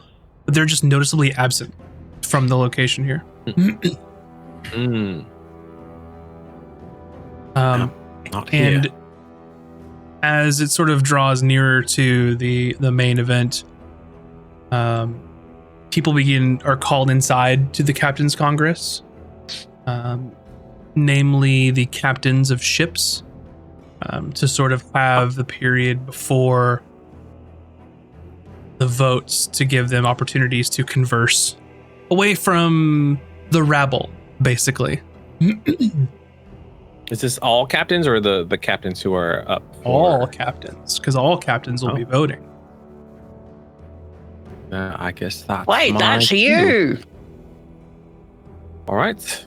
I guess keep an eye out. I'll be back after whatever this is. Yeah, I'd like to. I mean, I assume Blackthorn's going in. Mm-hmm. I'd like to keep an eye on Serena. Okay.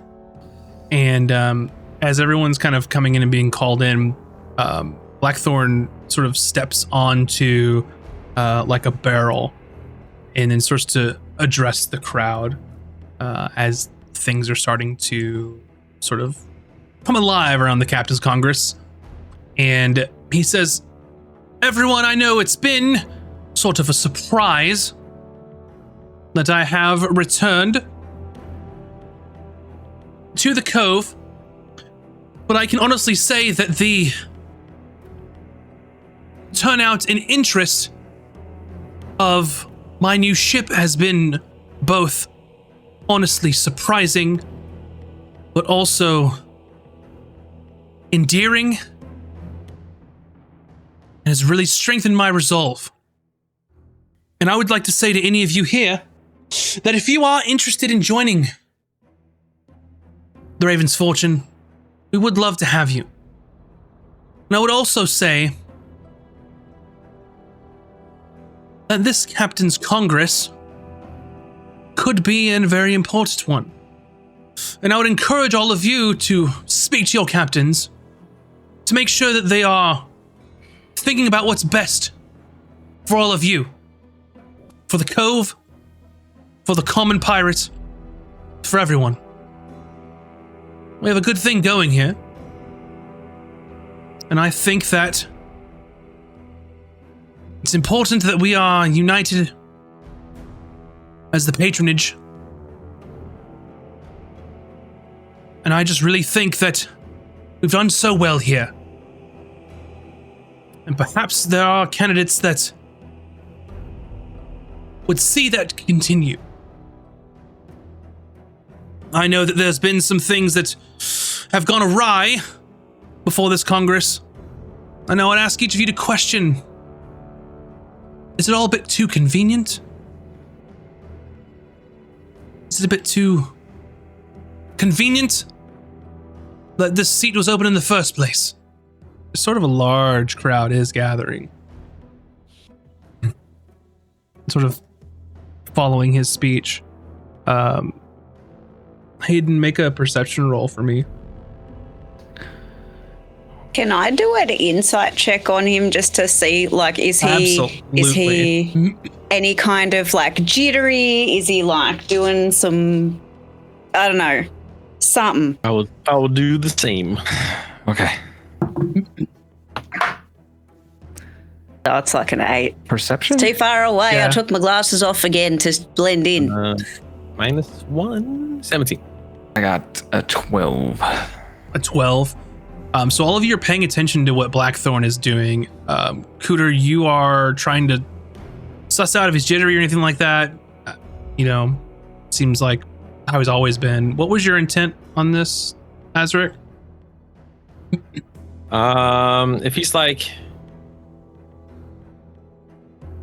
maybe stalling for something. Mm-hmm. And your role was He's talking really slow and trying to really drag this out. So I got a 17. He's saying a lot, but also not saying much, if you get my drift. He's using a lot of words. There's not a lot of substance there. And God, you're kind of pirate filibustering. What the hell?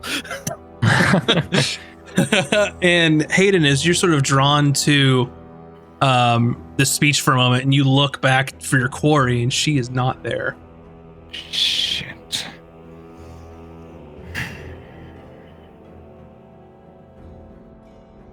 And a few more minutes sort of go by of him he's essentially just pirate filibustering, just talking. I'm gonna yell out.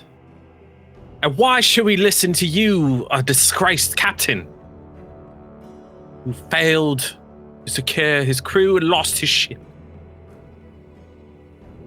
That, sir, in the back, an excellent question. Now, I would like for you all to think of the mighty creature that is the Phoenix. For I believe that he and I share many traits that are similar, where I have been reduced to nothing more than ash, in which I shall rise through said ash and be just as strong as ever. And I will lead my crew to riches beyond imagination. Oh shit, cocky pop. Cocky. Poppycock. That's the same shit you spewed last time that led to your mutiny.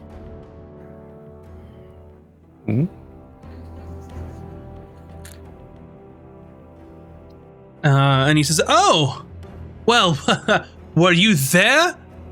I'm sure anyone could make such a argument." Well, surely a captain who does not recognize his own crew is unfit to lead. As the crowd's part sees, the camera zooms in on Azric, and he looks at you for a moment. I see. You've come a long way from swabbing decks, haven't you? We all start somewhere, Marius. It's good to see you in good health. I believe whatever sickness was ailing you may have receded. Hi. What is your goal here, Marius? You're just saying a lot of words, but not saying anything at all. It's called politics, Azric. I'm sure you, of your current stature, it looks, should know something about that if you're in a position of power. Or maybe you're here for another reason. With your newfound friends. Maybe you're trying to sell out the cove. And then gasps.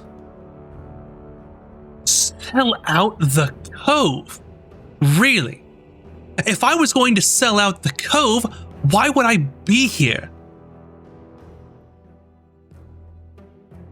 Gathering crew. Power grab? Oh, so is it a convenience that a slot opens up and miraculously you appear with a brand new ship with new backers who all conveniently, all three used to be merchants, but now want to turn code, become pirates? How convenient. Isn't it also convenient that there is a vacancy in, well, it seems that the rather disinterested Captain Blackbeak turns to Captain Blackbeak and looks at her as she's going in the doorway, is all of a sudden interested now, and her little cabin boy in her pocket is causing a scene. Isn't that right, Azric? You're Maybe part you of were the the one who killed Armada. Captain Orion. I'm Maybe you're sorry? the one who killed Captain Orion. Oh, really? How would I have done that without a ship, as I have just recently gotten mine? That's a great question. And how did one attain such a well-crafted, brand new ship? I've been very open about my generous backing. They believe in what I'm doing, and many of you all believe in what I'm doing as well. Or maybe you are just a puppet. Why would three merchants with a vast amount of money pull their lot in with a disgraced pirate? Perhaps you should look into a mirror. Why would a nobody be ascended to captaincy by one of the most fearsome pirates on the cove, other than just to be a puppet? Oh, I know all about your rise to power. It's no secret. I grabbed power for myself. You think I was just given a ship? You think I was just given a crew? I earned my spot.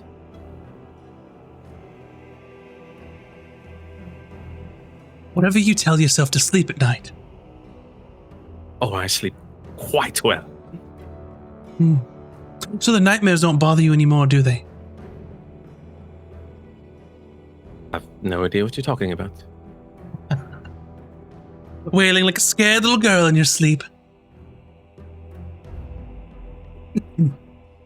We are all haunted by things. It's only natural, being pirates after all. But you come here to swagger on in, promising riches and glory of gold, untold, unseen. Oh, a lie. Really? Perhaps my old crew could have seen those riches if they hadn't turned on me. They lost faith. Some of them did anyway. I don't seem to recall what side you were on, if I remember correctly. I saw things going very poorly, and I jumped ship because of the chaos of the flames. I did what anyone would do. Survive. Anyone staying on that flaming, sinking ship would have been a fool. A coward? A puppet and a coward. Well, it looks like you'd be looking into a mirror as... Perhaps you're not running the show, Marius. These merchants are. Of course, they want to just give you a ship without strings? Obviously not. They want a return on their investment. Everyone would know that. But also, all the same agree. question to you, Captain Azric. Do you think that you're in charge? Because I think that she would disagree. As he gestures over to Captain Blackbeak, and she is like staring laser beams in between you and him.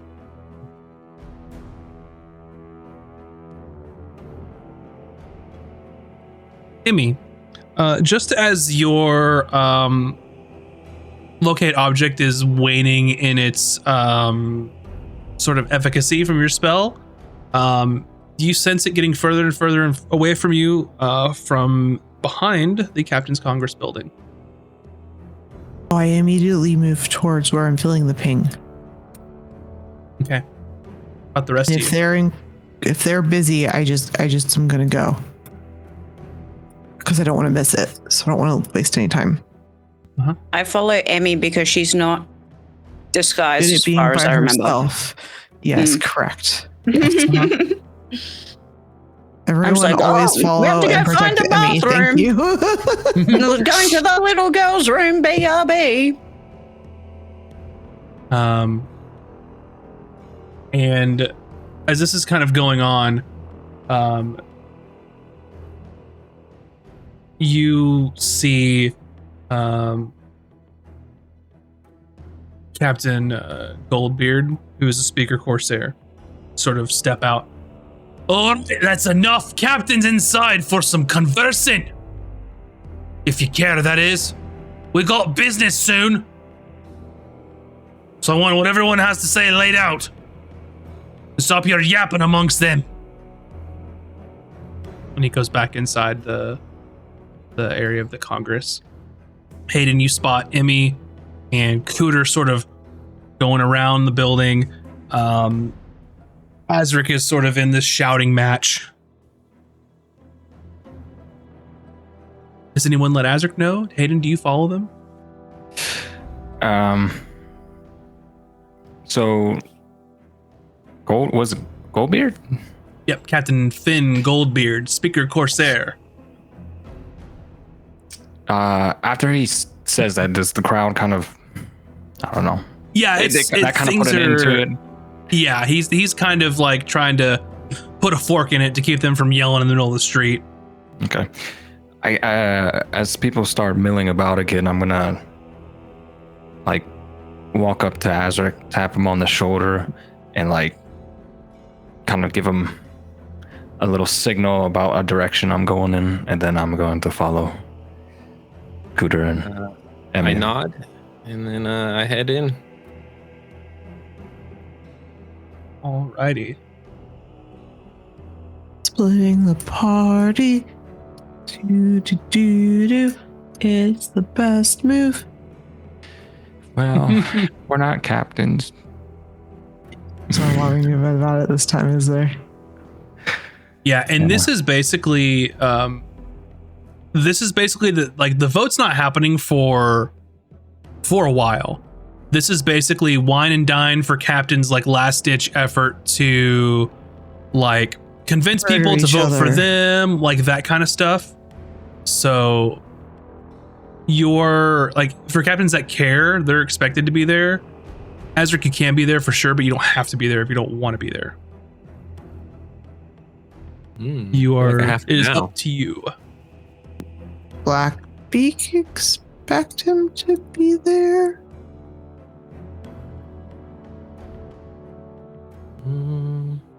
I will say that it is. You've got a good 3 hours before the vote happens. I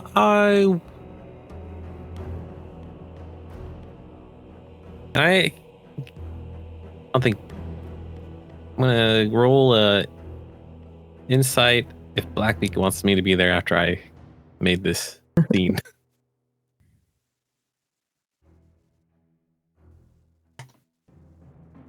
Nat 20, baby. So 19. Ooh. So as you sort of see her, she goes in with her beady red eyes. She looks like she wants to fucking strangle you right now. So maybe not the best idea to try and entreat with her at the moment. You get the sense of, has a look of, I thought you took care of this type situation. So, Well, take that as you will. I will follow the rest of the team. Okay.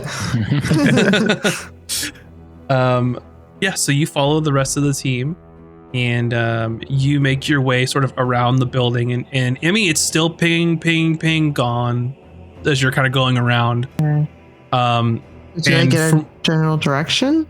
You did. At some point, Okay. it went from in front of you, slightly higher than you, above you, out. Like it was climbing. A Make a tall building. Yeah, this building is several stories tall. There's other buildings around that are 1 or 2 story. You all can make either a perception or investigation rolls if you're trying to find anything specific. Up to you, and what information you'll get based on what you roll for. I do want to investigate, like, as we're walking and like any walls or structures, is there any imprints, any cracks, any something where people can kind of enter, anything that looks out of place for a spot like this? All right, give me your insight roll. Or sorry, investigation roll. Insight was earlier. Blue dice is in jail forever. Already, damn. Forever. Ooh, hang on, my thingo crashed. Your thingo. My character sheet crashed. Oh. Sir, please come back. I'm pretty sure it's a nat 20 because it was a 15 and it's either a +5 or a +7 or something like that. Well, if it's 15, it's not a nat 20, but I it just could can't be remember up which. to. It could be up dirty to, one. or I mean, yeah, not nat 20. I mean 20. I mean, yeah. I'm fairly certain it would be 19 and or 20. I'm gonna start saying that. I'm pretty sure it's a 20. It's I don't know very what happened. I'm pretty slowly sure. coming back. Okay, perception 5. Yeah, I mean, wait, investigation, right? Yeah. So 19. Cool. I was close. 19. Got You're it. looking around and you're gone full like Sherlock mode in this area, looking for things, and Yeah. you're spotting and you're looking at. There's several Not buildings one close pair together. of glasses, but 2. Yeah. And you're looking around and you're sort of looking for like cracks, places for them to go. You see some piled up cargo around here, maybe supplies for the festivities, and you sort of look and you're panning around and you notice, oh, that building's close to this building. And then you see what appears to be a rope coiled up on top of the roof that looks like it was pulled up. And then you also notice a small like metal hook, just the edges of it, and what looks like that there is a grappling hook that had been attached to this roof and pulled upwards.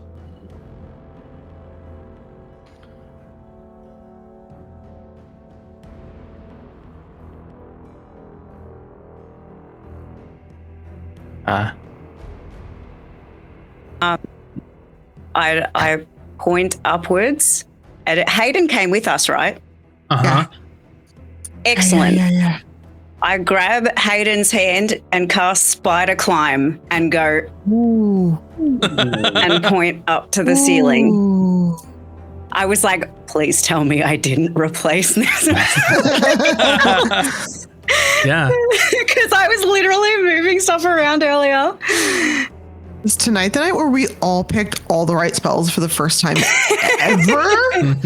So until the spell ends, which is concentration, I believe, one willing creature, which you are absolutely willing to do this 100% because you literally get to be Spider-Man.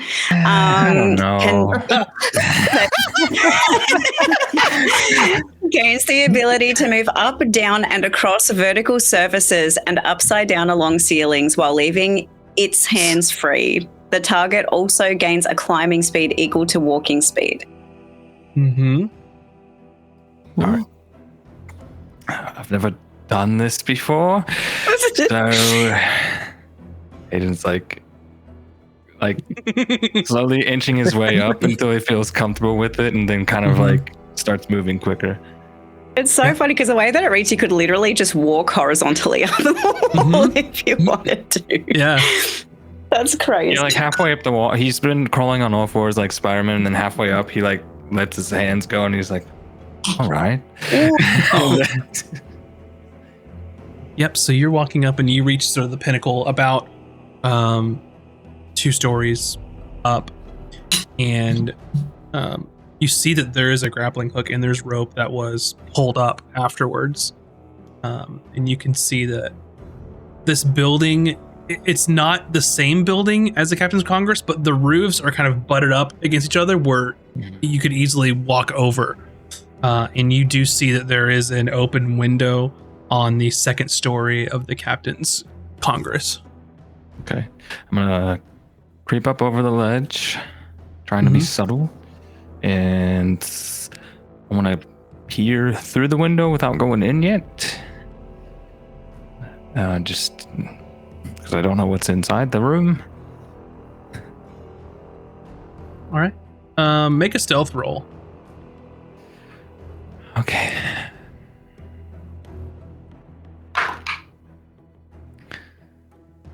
Stealth, that's a 18. 18. You feel like you're being pretty quiet. You can see that there is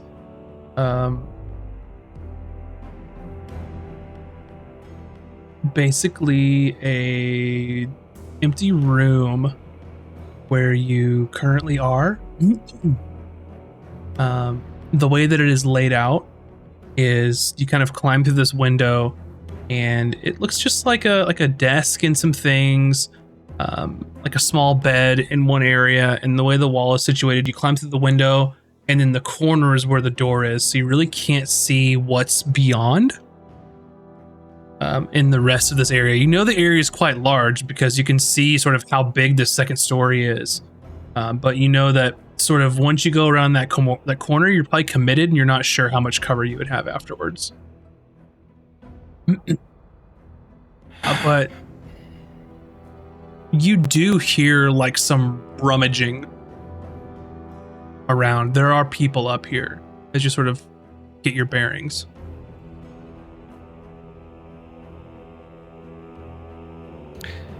I'm gonna creep back over to the ledge I climbed up and peer down. And just drop down the rope. I will. If they left the rope there, yeah, I'm gonna. Oh try yeah, and, it's they left it there. They just pulled it up. I'll So toss it down and just kind of like. I don't want to shout down to them, but just kind of like indicate that, like, they're up there.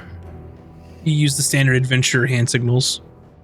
Yes. I look at Cooter. Should I turn into something that can fly us up there? I did drop the rope. Yeah, but if I They- could fly.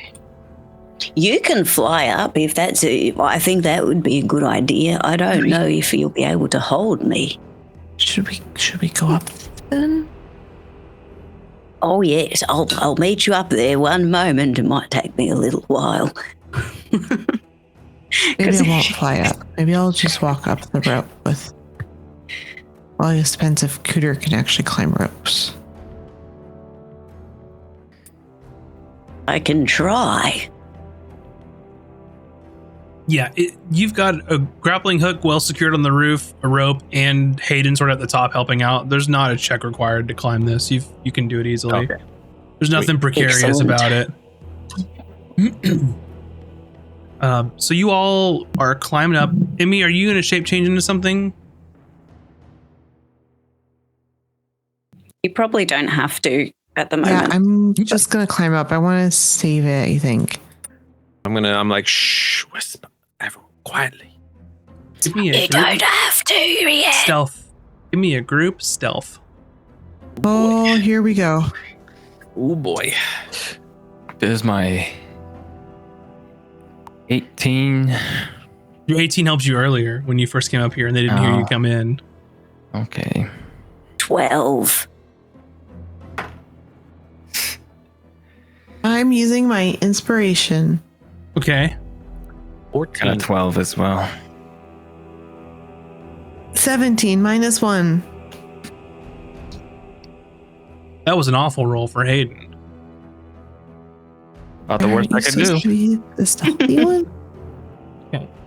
Yeah, the least stealthy I can be is a 12. Wow. Wow.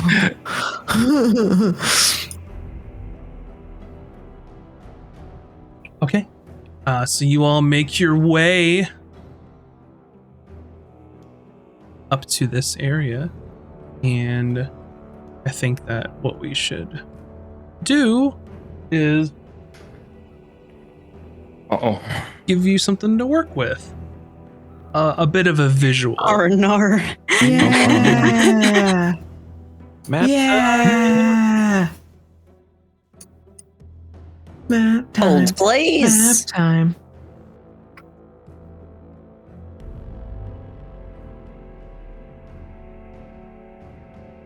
Oh, select the lowest roll die. Just sign I'm me really in, bud. bad at this.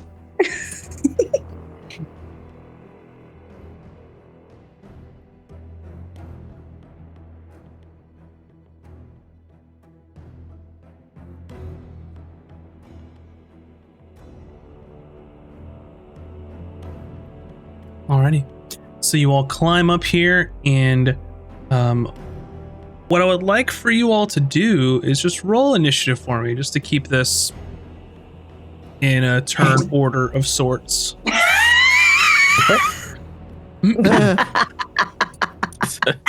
I rolled the blue dice because it doesn't matter, and then it hit the other dice, and then rolled a nat 20. Okay, so Cooter, So what my is your initiative's initiative? 19. It's 19. Fantastic. Hayden, what's your initiative? Also 19. Alrighty. I think your dex is higher than Cooter's. Emmy, what is your initiative? 3. 3. Azric. 7. 7. Alrighty. So we will begin. Something is happening that you all Something cannot is see. happening. Uh-huh. You hear rummaging things in the distance, sort of like things are being like rifled through. Hayden. Yeah.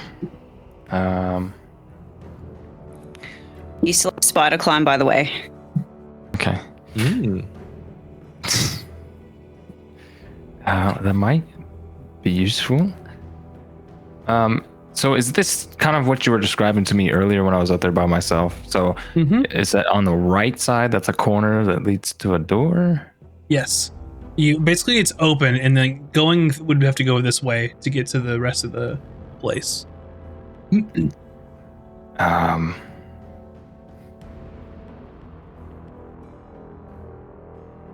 Okay. Let's see. Let's step forward. And there's really nothing to the left that I can see. It's just a Wall. wall. Okay. There's a shelf in front of you. Okay.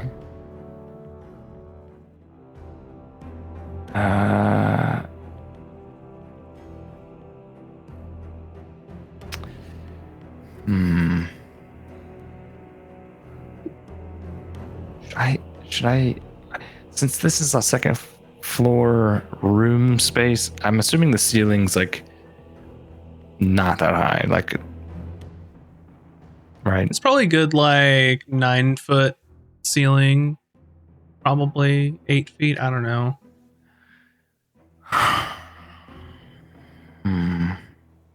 Okay. I'm gonna creep forward a little more. So it's like this corner here. Is that a corner or am I in the room? I mean, I'm in the room. You're behind a dresser or like a shelf, but this is the room. You catch a glimpse of someone over here. I'm gonna hold here for the moment and kind of like try to hunker down, and if they can see me, I don't know. It looks like maybe Azric can see me. Mm-hmm. I'm gonna like signal like that I see one individual. Just kind of like throw up like one and then point. I don't see any more than that though. All right. Scooter. Yes. Gizmo's with you too. Gizmo will go right after you. Yeah. So yeah, Gizmo goes after me. That's right. That's what I was I was going to ask that. So this is just a wall. I'm a creep over you. Oh, cannot move Cooter. It's not her turn. Do we have to Wazda? Again? No, it's your turn. You should be able to move. Sir, I demand you let me move. It says it's Hayden's turn on my screen. Oh. Oh yeah, at first it looked like it was Hayden. Azric's. Cooter. Emmy's turn. Next up, Cooter. No, it says it's Cooter's turn. Yeah. Now it says it's Emmy's turn for me. Refresh. Oh, Let me refresh. Let me refresh. I'm like a person behind or something. Well, Emmy's last, so. Yeah, it was like it didn't reset the order or something for me, which is so weird. I'm having a lot of problems with mine. It's like Initializing. being weird. Okay. There you There we go. Hey. I'm on the move.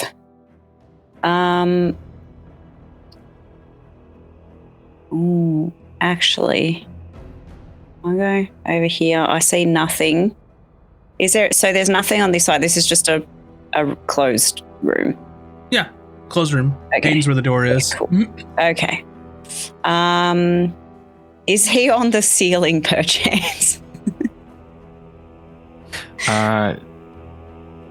No, but Okay. I assume this doorway is wide enough to squeeze two people through, right?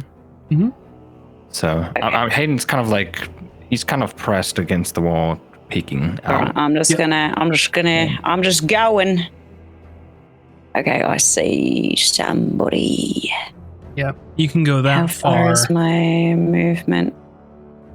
That would be it. 10, If you went through Hayden, that would be 15, 20. Yeah. 30, because it'll be double to go through him, unless you wanted Yes. to try and dash or something. No, I don't need to go any further. I just need to see. And then A person.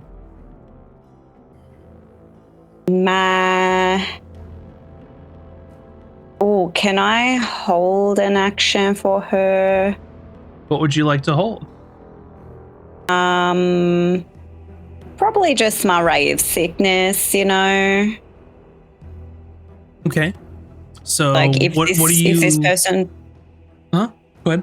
Wait, let me get my ruler out really quick. What is it? Yeah, 60. Yeah, we're good.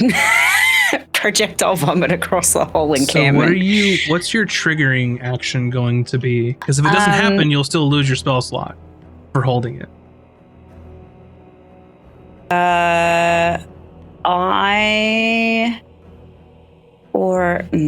Actually, I don't think I have any cantrips though. I might just leave it actually. I might have to just wait and see what happens. Okay. Where would you like Gizmo to go? Gizmo, I was thinking would go. Can I ping? I think Gizmo's movement is like twice or something. I can find no, out. speed 30 feet flying.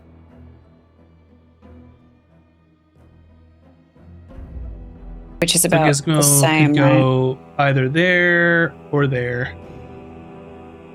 Yeah, probably in front of me on the left. Right. Gizmo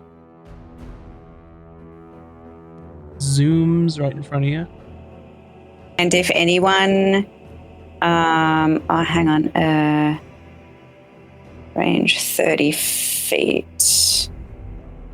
Oh, no one's going to be in range, but if they do get within 30 feet of range, Gizmo will do a little force strike. Just go pew pew.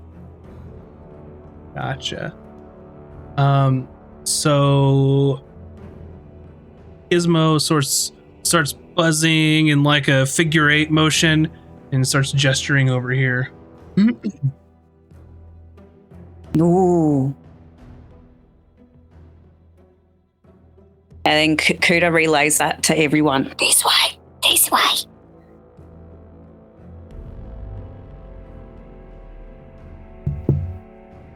Some rummaging next to you, Emmy and Azric, in the room beside you. You can hear things being rifled through. Azric.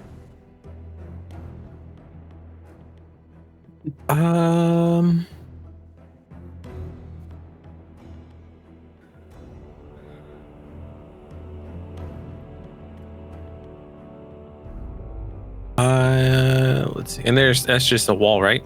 Over to the left? Yep. Over here. Yes. I'm gonna move behind Aiden. Tap his shoulder. I'm like doing the hand signals that someone's over here. Alright. And then dang it. Not much else. Yeah, that's all I do. Alrighty.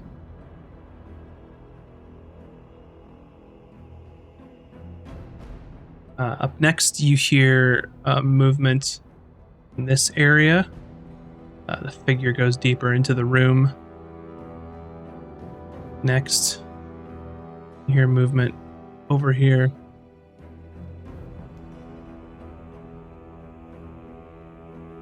You see someone poke their head out and yell over here. What have you found? Not much yet.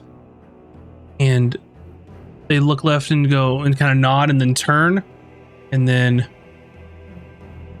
see a Cooter and a Gizmo here. I was like, damn, I should have done a hide action. Forgot that's a thing. And he sort of looks and like catches and just goes, what the fuck? And you see them pull out a rapier out of the sheath, and they just yell, "We've got company!" I'm so sorry, team. Oh, this is great. I was gonna ask what our goal was here, if it was to talk to them or fight them. But I was gonna say I'm happy that our decision has been made for us. So well, let's go. And you hear all this, Emmy. Okay. So I realized that someone's about to attack Cooter. You hear, "We've got company," and shring. Do I hear Cooter go like, "Oh no"? Oh dear. I am going to turn into. Actually, wait. You're going to turn into actually wait. I just Change respond with, my mind. did I where the bathroom is? I'm gonna run around the Buying my corner friend's first. time. 5, 15, 20. Oh, I can't get there. Oh, it's because all my friends are there. So 5, 10. It would Can take I a squeeze through total. them to get here? If you have 45 movement speed, you could. Oh, dang. So you would have to dash to get that far. Okay. I'm just gonna wait right here, and then I'm gonna cast.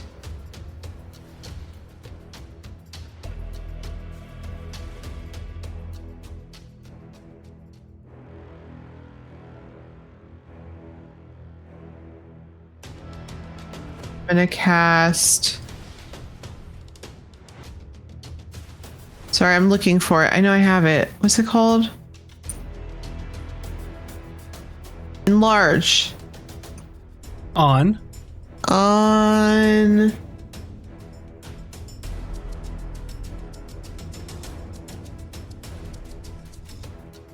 Sorry, I'm reading through the rules. Who are you casting it on? I'm trying to think who uses strength. None of my friends use strength. No one in your entire party uses strength. I mean, I kind of do Can you cast it on yourself? for some stuff, I think. Nothing I can do is helpful. Didn't Not you true. select Not true. your I'm best going to conjure spell? some animals. I'm going to conjure 2 beasts of challenge. No, I'm going to conjure 1 beast of challenge rating 2. Okay, hold on. I can tell you the beast if you want, or you can choose. It's your choice. Challenge rating 2. Yeah, I have one ready to go if you want it. Well, that's not how the spell works. I know, but I'm just trying to help. Alrighty, hold on.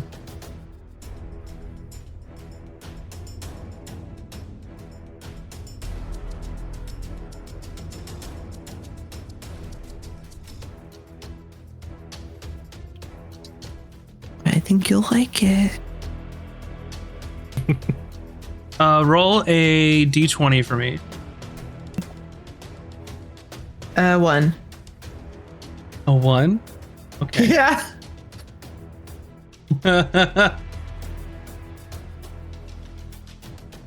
That's so stupid. Perfect. What is it? Okay. Ale. We see if I got one. Hold on. Oh my god, I'm so excited now. Yeah, this might take me a second. Apologies.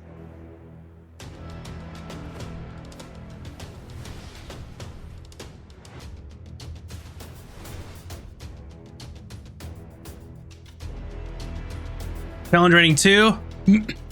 Yeah. Oh, please be a capybara. It's not a capybara. Why not? They're so cute. No one would attack them. Please be a llama. Ooh, that spits. Yeah. That spits acid. Wait, is it llamas or camels that do that? Both, I think. I think they're both temperamental, similarly shaped beings.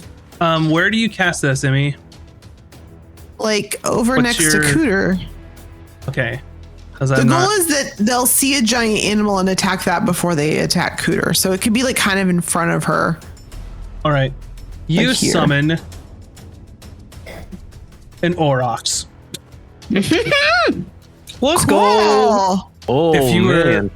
not familiar He's a biggin. with Not. What were they? the Aurochs, Aurochs are basically large bovine type creatures. They are in herds. They're a herd animal. And if I remember correctly, they are essentially the Underdark version of cattle. I just Googled If I'm it and not it says they're mistaken. very aggressive. Or maybe not. No, I think that they're just like gnarly looking cattle. So- Mega cattle. You can let me give you a link to them so you can Thank have you. their stats and So what I stuff. found was not accurate. Do they go on your? They roll their own initiative, don't they? That's yeah. your call, I think. Do they? Yes, they do. They have their own initiative. We have a big. All right, big they're gonna ass roll their cow. own initiative now.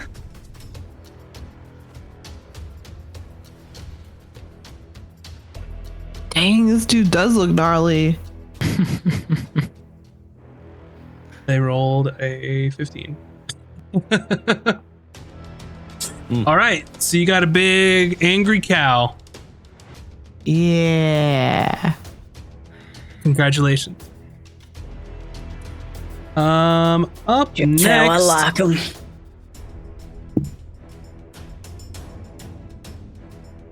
Beneath steps forward, sees this happening, sees the giant angry cow.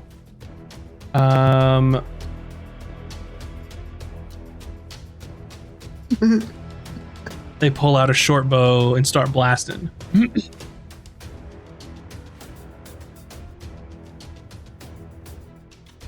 So, first short bow attack, natural 1, so that's not going to hit. The second one is an 18. You're going to have to help keep track of this, Emmy. Yeah, I've got the HP right here. You said it was an 18 18 damage? to hit. Oh, 18 to hit. That's sorry, I'm still reading all their abilities. That's gonna hit. They take 6 piercing and 2 poison damage 2 poison. and 6 piercing. Okay. Next shot is an 11. Is an 11 hit. That's exactly it. They will take 9 piercing Okay. and 2 more poison.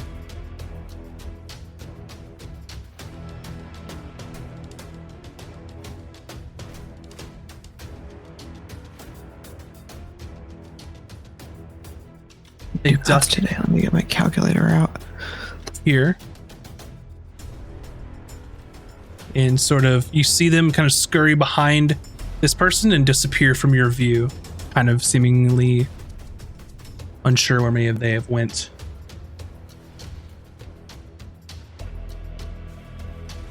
Alrighty. Hayden. Hayden's going to move past Cooter. He's just gonna squeeze around her, so that's 10 feet, 10. 15, 20,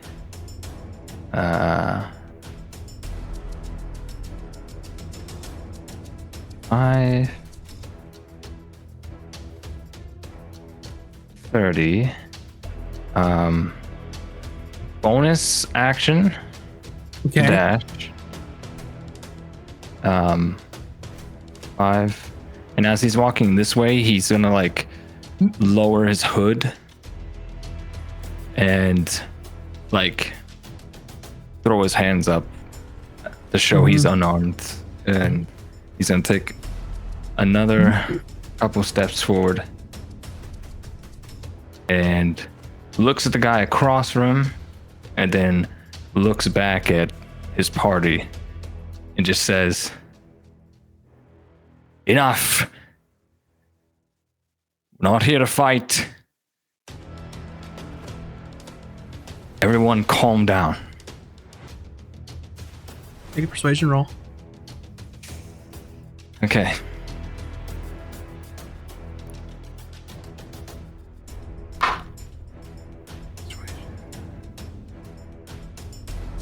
Uh, 21 total.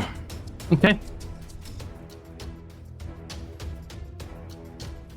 I added that on your character image because you're concentrating.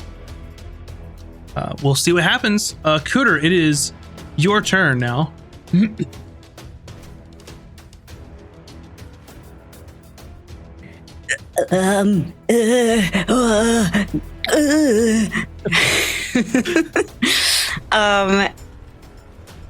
Noting that Hayden's trying to diffuse things, she just kind of goes to, just scatters to like go right in this corner here. Mm-hmm. And then holds, this time I would definitely hold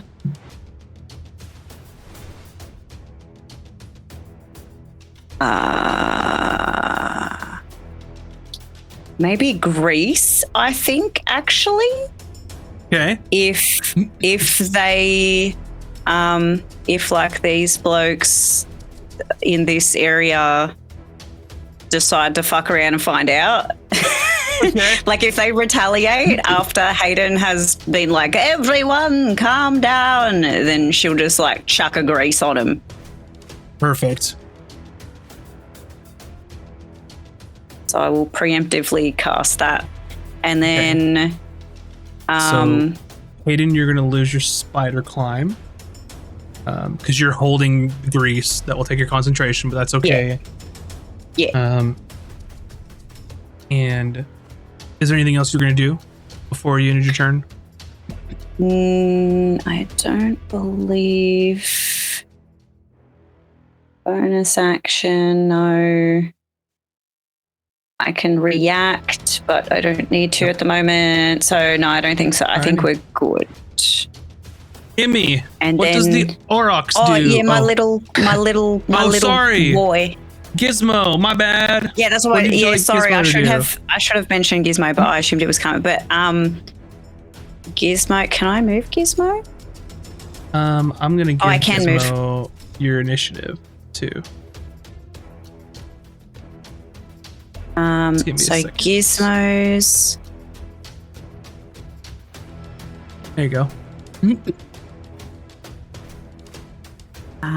Gizmo's gonna. Oh, collide. What am I colliding with? Sorry, I'm just trying to see if it can move around. How far would it have been from? That's 25 feet.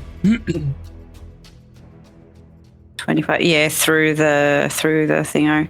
So it would be like here. I think Gizmo can go on this side. No, collide. Yeah. See. Anyway, we'll go there. And Gizmo's holding a good old pew pew. Gotcha. For if anyone decides to step foot out of this room, they're going to get zapped in both eyeballs. Alrighty.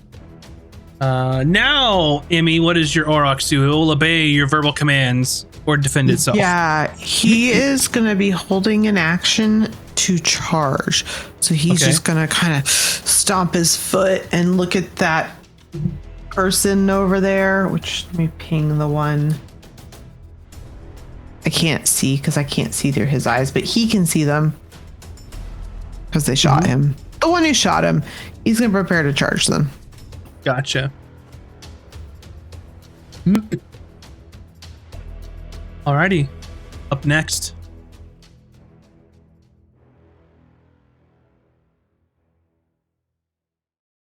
Sir Atalon steps over, clocks the gizmo, and sort of looks out and sees everyone else. And he just looks out and goes, "The fuck are we doing? What are we doing?" Azric.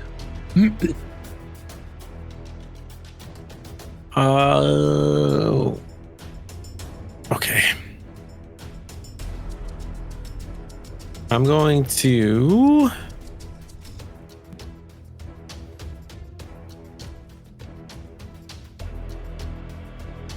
You know, I'm just gonna stay hidden back here, and since Hayden already has their attention, see what Hayden's gonna do to convince him to, if we're gonna talk or not, and if not, then we'll go to town. Give me a stealth roll. All right, Stealthin. That would be a 15. Alrighty. Up next,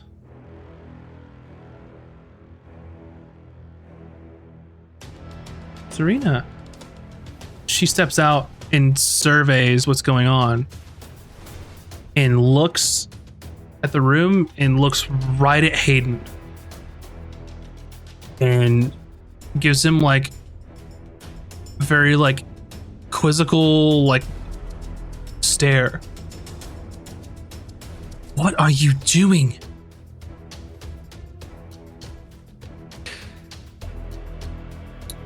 Not really sure at the moment. And I'm trying not to die currently. she looks at the rest of you, she can see the Aurochs. She assumes there's others, heard someone run across this way, and she says, "Come out and lower your weapons. There's no need for further violence unless you incite it." She looks back to Hayden. "If they raise arms,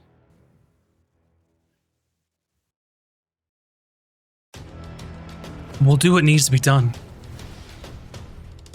Oh, I think that's well understood. Up next, Ricklin. He sort of puts his hands up. You know, he's got his rapier, and he just sort of like sidesteps, sort of maneuvering a bit, and just sort of waiting. Emmy. And just so you all know how I'm going to play this is if the rest of initiative, if everyone just holds up, we're going to pause initiative, have a conversation. If things go south again, then it's going to go right back to the top initiative. Cool? All right. Yeah. So what does Emmy Emmy's do? following Adric's lead, so she just kind of like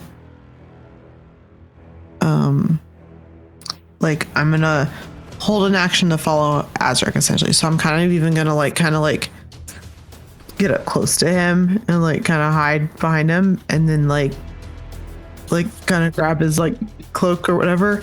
And if he goes out, Emmy will go out. Otherwise, she's just staying there. That was the demand. And, Come out. Yeah, and that's Lower why your I'm weapons. letting Adric make the call though, because he's the captain. Alrighty. So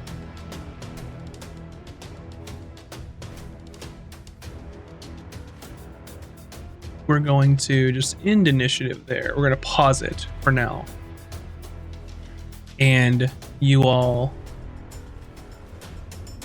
can sort of speak freely, and you can come out to surrender. I'll have to move you because it won't be your turn, but we can kind of figure that out if you want to come out and raise your hands and start our little parlay.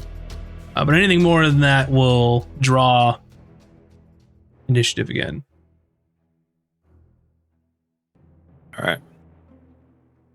So Don't need to hold a weapon to hold my acid. I will step out. All right, hands I'm just gonna in the air. Huh? My hands up. So Emmy Yes. and Azric step out. They're behind the Aurochs, since Emmy was following. Cooter, are you going to step out and reveal yourself? I just poke my head out right to one step down, but she's like, Yep. Mm-hmm. The Auroch starts looking for some hay or something to eat. Okay. Where would you like it to wander? Just around.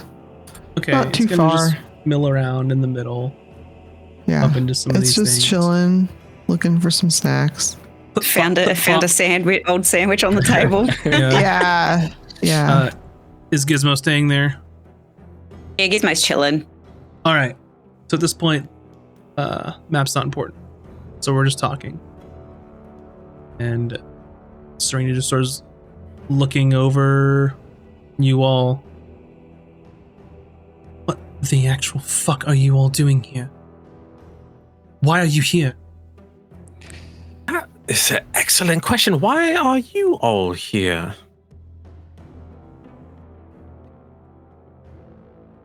Someone's skulking about during the patronage meeting while all captains are busy. While you guys are squeaking about like little mice. Well, we have a bit of a job to do, and I would suggest you all staying out of our way. Job? And what job would that be? Don't think that you're in a position there to be asking particulars. Well, considering how your lackey was distracting all the pirates and with a boisterous speech that meant nothing, you sulked away and rummaged through things that don't belong to you. I understand you're new to the island. While on the island, you don't steal from other pirates. You don't kill other pirates. I'm just going to give you leniency because you're all obviously pretending to be pirates. Eden, are we going to have a problem? Do we need to apprehend them? Aiden? What?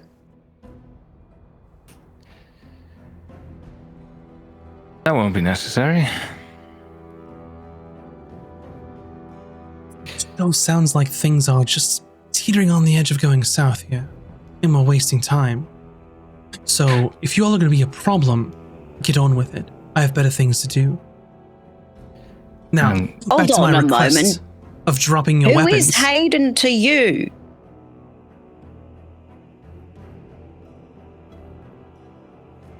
Back to my request, drop your weapons. I'm I'm not not going to holding ask any. again. I'm also not holding any. Mhm. Aiden, what's going on here?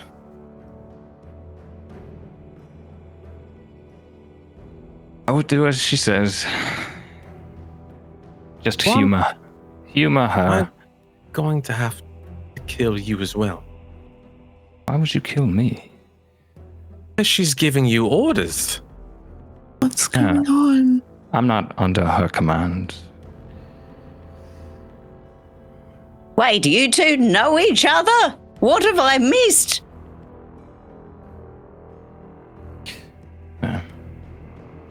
I've known this one since childhood. You couldn't have mentioned that like last night when we were making plans?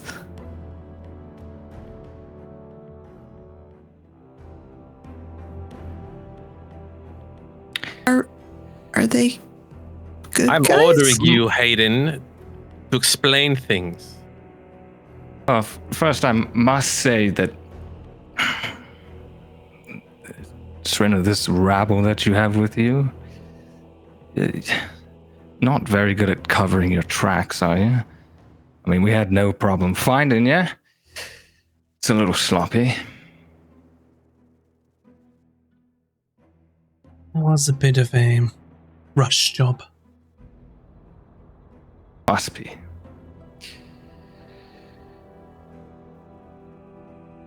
I've been put in a very precarious position. You don't say. On the one So hand, confused. you all are my compatriots, my friends. You've saved my life. I've saved yours. And I intend to save your life again.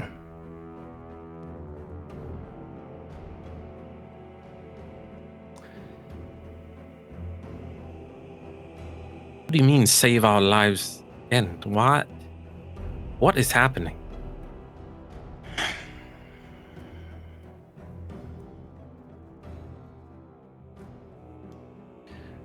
Now, I don't know any particulars. Working off of a feeling mostly, but judging by everything we've witnessed thus far,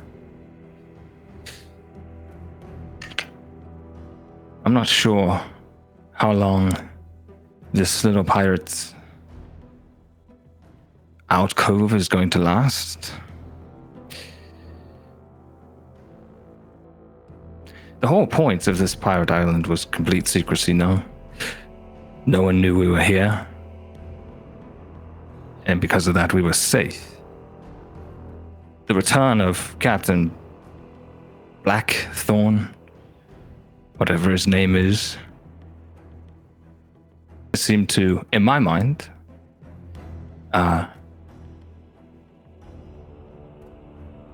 become a bad omen for this place.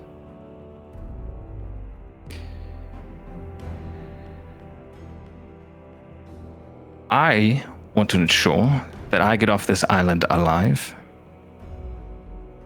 And I would very much like it if you all left this island alive as well.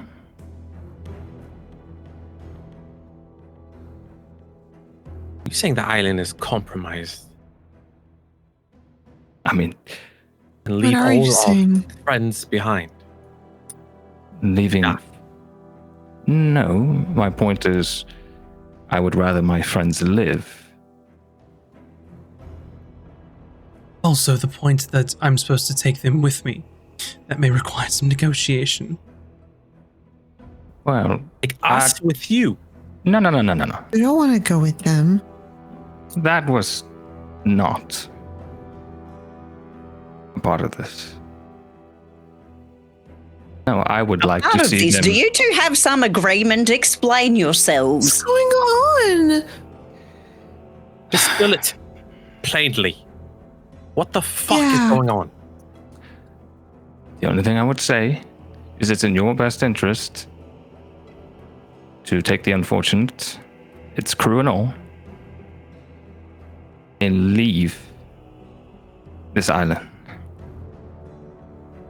And But you're one of them.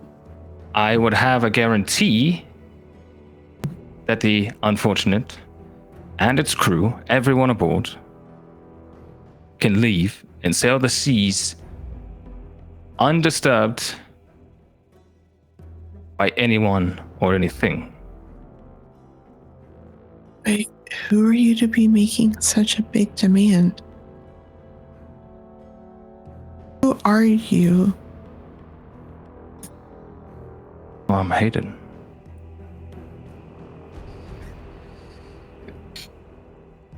Obviously. Well, you've been lying to us this entire time? You've been working with someone else? Well, Are you actually with the Conservancy? what do you think?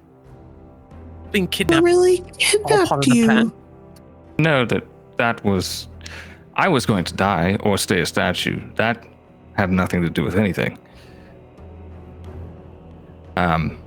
As you know, I did not plan on becoming a stone statue, nor did I have any idea that I was going to be moved as said statue by... I'm assuming that was you? You're welcome, by the way. Obviously, they couldn't do the job to keep you, return you to form. Someone had to do it. Working on it? It had been a day. They would have found a way. I am You put a lot of faith in them. I do. so many more questions than we originally had. I think the matter at hand has gotten away from us. What you're asking is, as you well know, impossible. Hayden. Why? What I would say, though, is I would guarantee everyone in this room can make it out. I don't Alistair's like not that. here, and what about Chowder? That's not acceptable. What wouldn't be acceptable is all of a sudden one of the captains and crews up and leaves during one of the most important votes for this isle. Wouldn't that draw attention and cause people to question what's going on? Yes, put I'm me- not It saying... sounds like that wouldn't even matter because there won't even be an island after the vote is made. That's not entirely certain either. What's Think of it as a about to happen? precaution. Anyway, no, I would not be something so obvious. But as things die down, unless there is a certain accelerated timeline that I'm not aware of. I'm saying this ship, this crew, the people aboard, should be allowed to sail freely on these seas. Listen to yourself. What are you saying? Now, do you what are you mean? saying? I'm not sure where the confusion is coming from. They've killed people. I've Innocent killed- people. You haven't killed any innocent Who is people. they? No. I see. This is where you're mistaken. These people I'm with, my compatriots, the people who've had my back while we are out surviving on our own, are fine people. Yeah, their ties are to this place, but I've been with them for months. For months. Treated, had laughs, cried, shared their pain, and I can tell you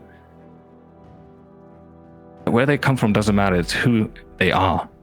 And I can vouch for each and every one of these people in this room. I can vouch for the entirety of the crew on that ship. Delusional.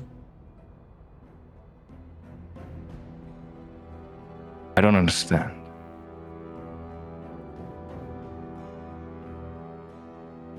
You know good and well that not everyone on this ship that you've called your home is innocent. You can't account for every single one of them and what they've done in the past and who they've done it to. I mean, Are you gonna murder everyone?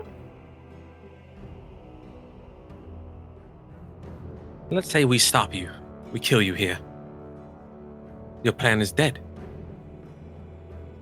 Unless there's an armada waiting to invade the cove. She sort of looks at you and then looks back at Hayden. What'd your father think? What'd your mother think? my father would be in agreement with me.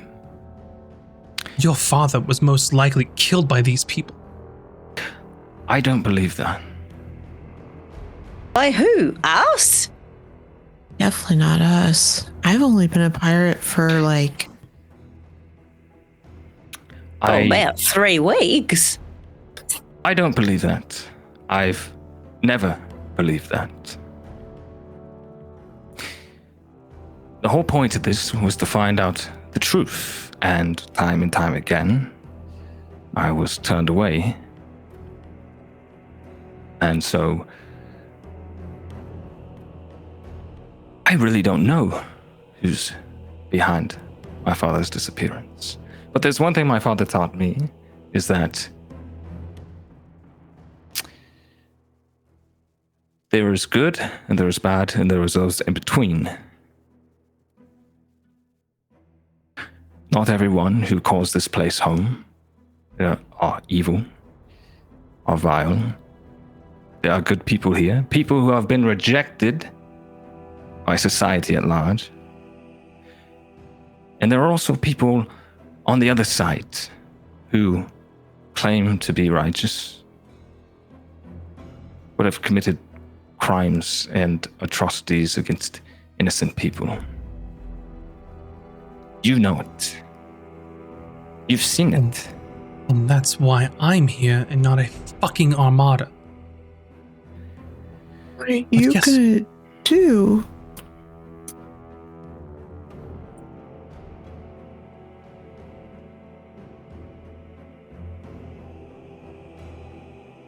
Eden, what's she gonna do? Oh, I'm not entirely sure. As you can clearly see, there's been a breakdown in communication for quite some time. When did the Whose fault is that? communication start? I don't know. How long have we been apart now? A couple of years. A year.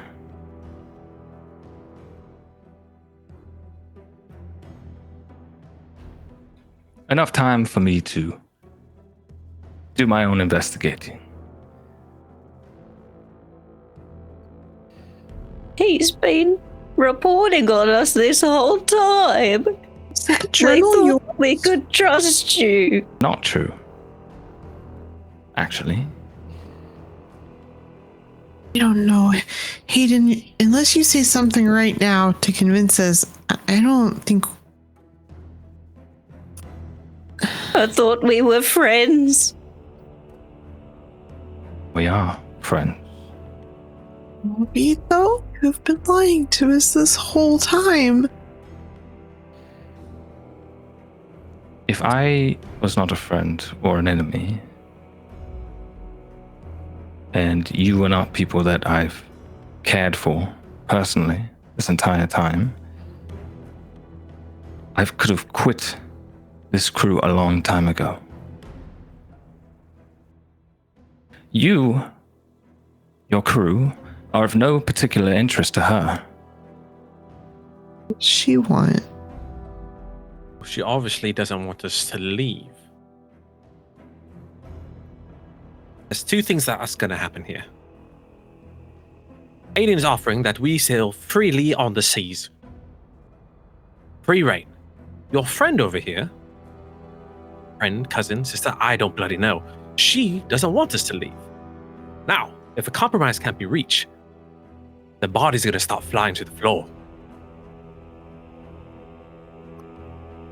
What side are you on, Hayden?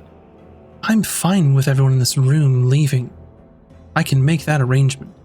But I can't compromise everyone noticing an absence of one of the ships that's gained some notoriety.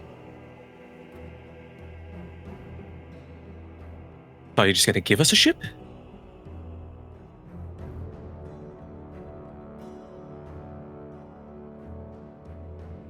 We can't leave the rest of our crew.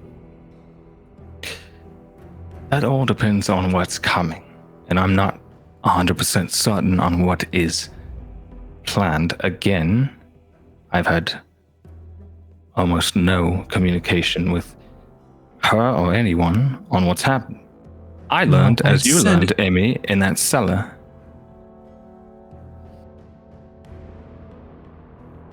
And like I said, whose fault is that? Now, I don't want to be placing blame here, but we're short on time. So, if all that it takes for this situation to be resolved is for you and your friends to get on your little ship and leave, maybe I could stomach that. But I don't know if I can stomach what will happen if we don't, and we stay around to find out. I would. I don't think we should just let her kill everyone here. Well, I would hope. That is what I'm precisely trying to prevent here. You're not killing everyone here? But if I was to somehow, on the island? let's say, not report in, then I'm sure that that's what would happen. Now, I am... Report in to who? I don't necessarily 100% share Hayden's views on some of these things, but I do agree that not everyone here is inherently evil. And I would hope that you all would agree that there are those that are, especially the one they call Blackbeak, amongst others.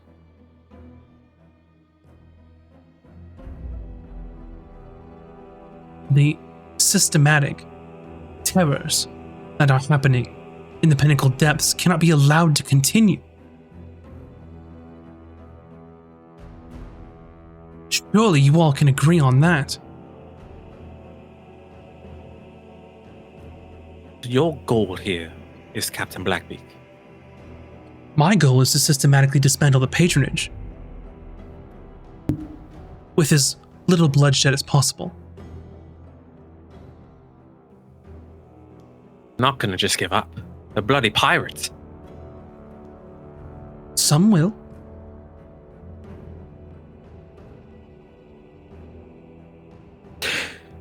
The issue here, I think, is a far more extensive issue in that a lot of the people here were forced to come here due to persecution, due to being treated as a second-class citizen wherever they went. A large number of them, I would hazard a guess. And a lot of the people that I am friends with fell into this because of that reason. Azric, Harsh, many others. And were I'm sure given that no choice after society abandoned them. And I'm sure that you are aware, and I would hope that you would impress upon your friends here that I'm the best they're gonna get out of this. And who are you exactly? If you're our best bet to get out of this alive, then we didn't know who you are.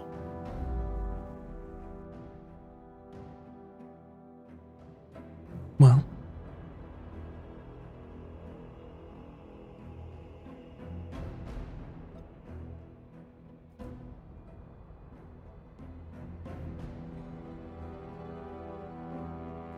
my name is, of course, Serena, but you've already known that. I grew up on Oshamiron. Serena Canehurst is my name. Grew up with that one over there. Went to Hayden. He wasn't lying about that. And I grew up seeing the atrocities that the patronage brought on to innocent people, merchants, sailors, travelers. So I made it part of my life's mission to stop that from happening. Let's be a little fair. Your father impressed a lot of that on you. And why shouldn't he? Well, perhaps he had a vested interest in a particular organization. You know, I wasn't like you. I didn't share every belief you shared when we were growing up. As I was living under your roof, I adored your father as a second father to me, but he and my father shared significant differences of philosophy. Which is fine. People are allowed to believe in different things. But what we should all be able to do is come together and realize that what happens by most of these crews is wrong.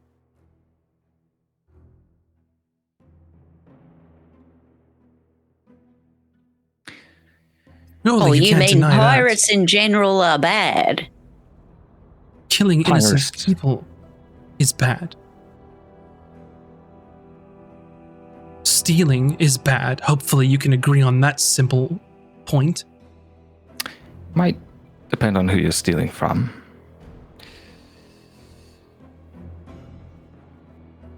So, if the negotiation here is that you all are allowed to get on your ship and leave, I could stomach that. As long as you agree to no more piracy. Make your own way however you want. I won't pursue you. But no stealing, hurting innocent people. I never wanted that for myself. I was happy in my little hut on Oshamiron.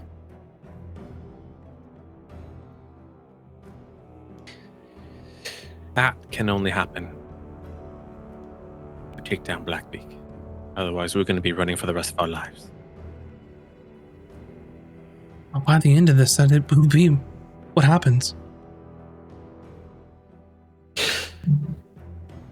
Do not underestimate her. I'm alive, and all of us in here are alive currently because we found a way to deal with her. She had every opportunity to kill us.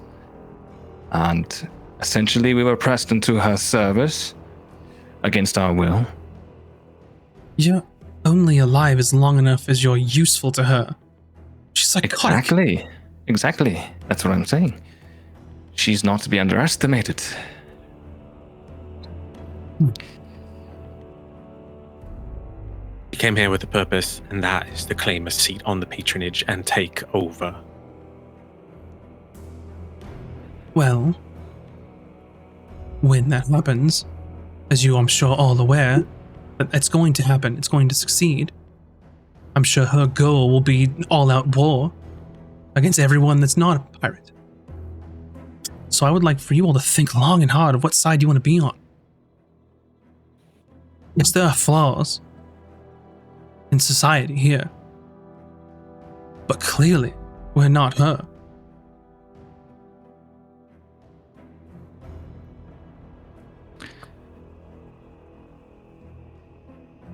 Now, I would like to go and gather the information that I came here for, and quite frankly leave, before we spend too much time up here.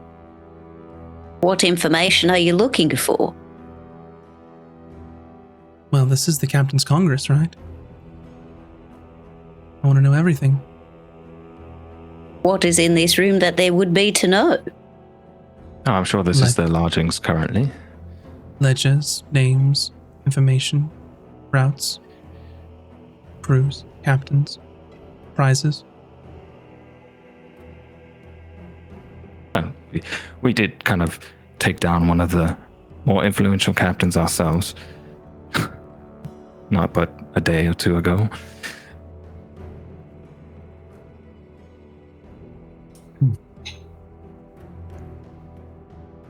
Well, I thank you for that. I was wondering who pulled that off, because it wasn't us.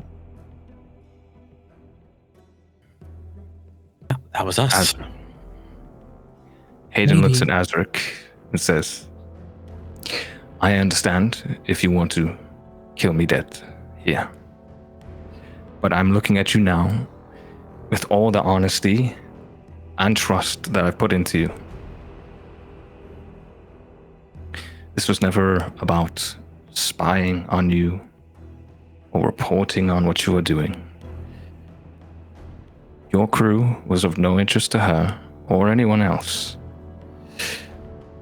I initially took on this task to find out what had happened to my parents, because I was getting no answers from them.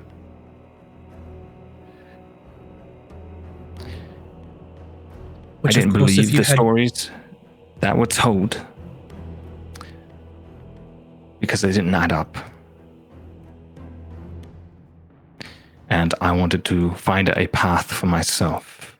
And in order to find my way here, to find the other side of the equation, find people who may have knew my father, may have known what happened to him. It was the only way I could do it. So, if you want to think of me as a traitor, someone worthy of your scorn, that's fine. I understand. But you all, as far as I'm considered, are my family. Shared too much together for that not to be true. Kuta just breaks down crying and pops into her shell. So you just hear this wail, you see the shoulders going "Grrr," and just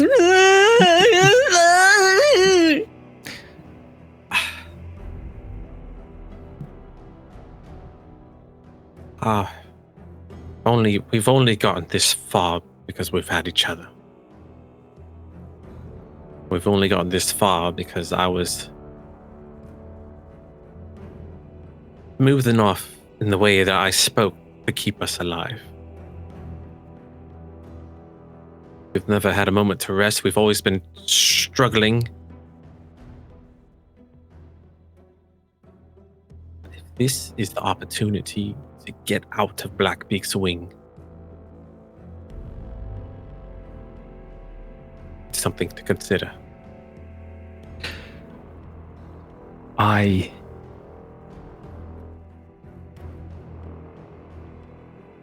When I heard there was a potential that this place could go up in flame, my immediate thoughts were, how am I going to keep us alive? How am I going to keep us alive? And how we were going to continue on. She is going to be the answer to that. I felt like I could trust her as a childhood friend, someone who grew up with me. That she would hear me and understand what we've been through. And at least give us the decency, give you all the decency,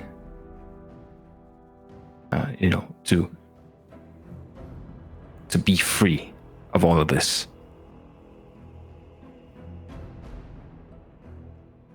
I have friends here. Taj has friends here. We can't just leave them to die. Well, again, apparently, that's not set in stone.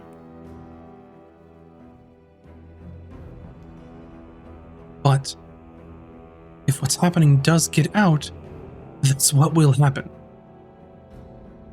If they become aware of what's going on under their noses, then that's the response.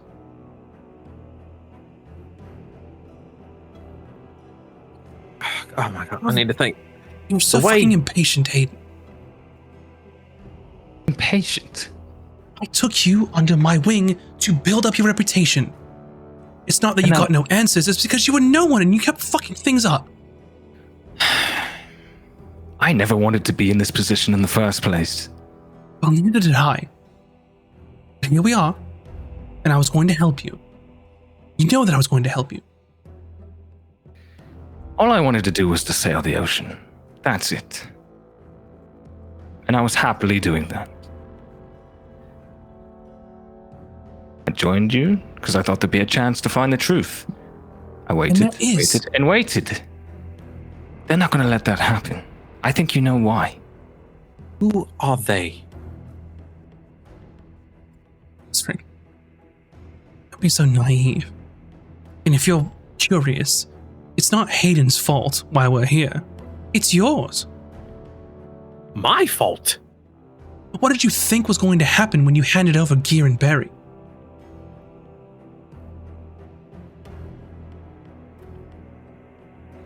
You son of a bitch! I'm gonna fucking murder him. What happened with Kieran Berry? It's the Conservancy. I handed over Gear and Berry. They must have tortured them. Got information out of them. What happened to them? Were they tortured? Oh, they felt betrayed. They did? They felt that they turned their backs to them. So no, they weren't tortured. I'm not a monster. Wait, so you are part of the Conservancy? Have you been dealing arms? Are you in charge of all of those? Wait, I've said too much. Oh, yes. You know about the weapons? Is that part all of it too? Wait. What weapons are we talking about? The one that I was ordered from Lenatus for Antes. Oh, yeah. I was supposed to find a way to... What is happening with that? Oh. Ontes is gearing up for a war. Why? Because they're fucking Ontes. And they want territory? No.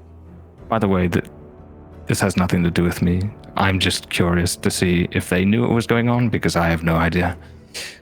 We came across the manifest that said there were weapons shipments coming, and I was concerned because my friend here calls Escos home, or did. Oh. Border disputes between Ontes and Escos will be coming up soon. In case you were wondering. Can you not prevent people from dying? This It is just so feels much to take in. How can I be sure you're going to let us go as being unregistered magic users and pirates? You'll not be a pirate anymore. I'll still be an unregistered magic user. Taj is still unregistered magic user. Kuta is an unregistered magic user. I don't know what you're talking about. I've never magicked in my life. And she just starts spewing acid spray in the corner. I mean, you can't be sure, but what option do you have? And quite honestly, the only way you're getting out of here is with my blessing to sail the seas again. So, I suppose that you and I will have to have some kind of agreement. The easiest way to do it is you'd be working for me. That would require little to no paperwork, of course. Trade one monster for another. For her. Yeah, Not a monster. I don't like her. Hang on, Well, no, hang you on. kill innocent people. You kill people who don't agree with you. Why? You don't know me. I don't care. I know the Conservancy. Really. This is Just kind of like what we know the patronage. Because I'm the reason there's not a fucking armada here. So don't act like you know who I am or where I've been. Because I could just as easily have brought 50 fucking ships here. But I didn't. If you want us to trust you, why are you acting like this? Wait, hang on. Tempers on both sides. We were just having a discussion about this. Not everybody from the patronage is bad or evil. Not everybody from the Conservancy are fiendish torturers and killers. We just were talking about that. Thank you. With How long do that we have? said, my input, for what it's worth, is that they don't need to work for the Conservancy. They should be allowed to live their lives as they see fit. Minus doing piracy, of course. All I'm saying, the easiest way for that to happen in the short term is for them to be under my wing, perhaps.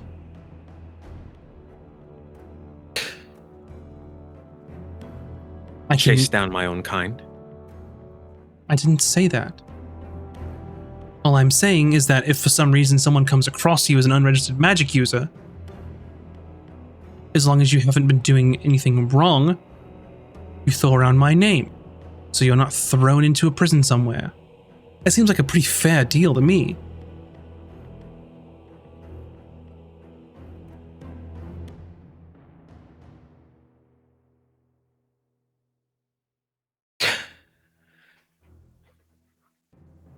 Azric.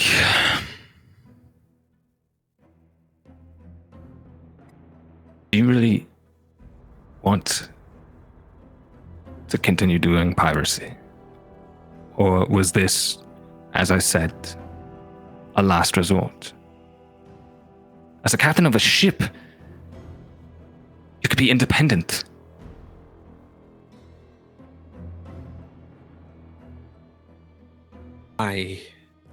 And I would very much like to sail under you. Because I'm not sure if this partnership with the Conservancy is worth my time anymore.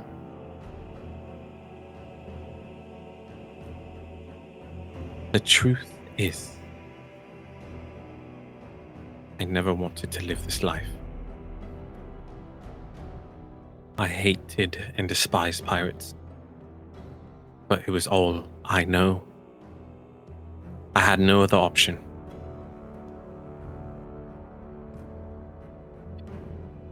No, honestly, I don't want to be a pirate anymore. And But you do want to be a captain. I was never a good one to begin with. I think you've done fine. I was proud to sail under you, as is everybody here. I voted for you. If that matters. It feels.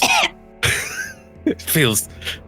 Kuto, you alright? It feels nice. Yes, I'm okay, fine, just fine. But I do have a question.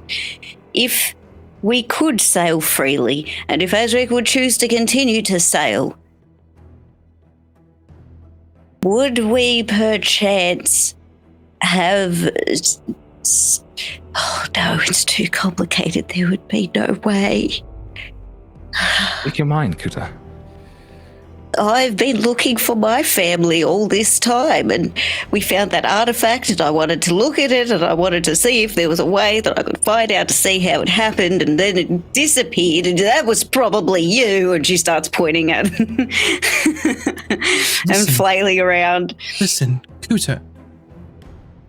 If you're willing to work with us, I am more than happy to help you in your research and to help find your family. And it is not lost upon me that Eskos has, well, certain artifacts that they don't even understand, that they're hoarding. You're damn right they don't. It's so dangerous. They shouldn't have it. I'm sorry. Are you going to use the war on Tess and Eskos to get in there and steal the artifacts? I cannot allow that. We're not using Unless- anything. We Get haven't- my mother out and my brother. That can obviously be arranged. We could empower you to do it yourself. We didn't cause a war, but we very much disagree with how Eskos handles these artifacts. That's all I'm saying.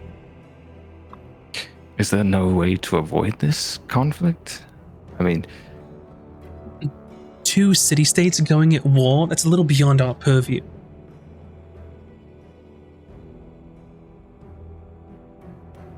If there's a chance that I could progress my research, I have to say that I'm in.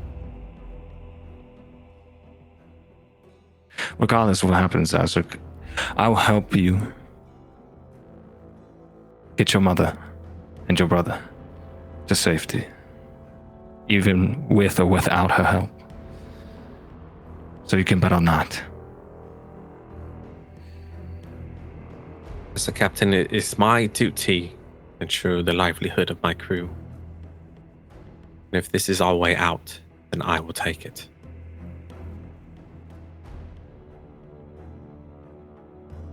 Emmy, you are part of this crew. You're an officer.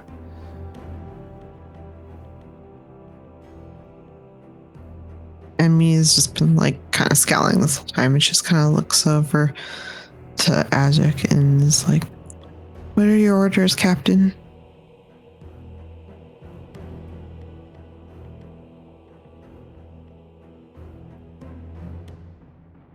My orders are to look the other way. Let Serena and her people do what they need to do.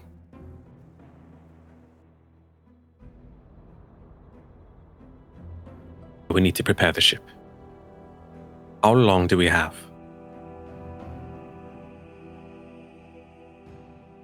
Thought she wasn't gonna let us take our ship. She is. No, I would suggest you all leave as soon as possible.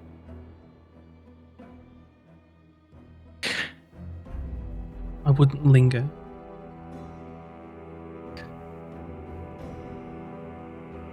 How do we leave without our ship? We can cast Obscuring Mist, use the fog. We can't. Slip out. I don't have that prepared.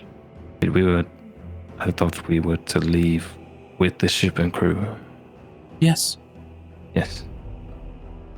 and I'm going to provide you, Captain Azric, a writ of the order.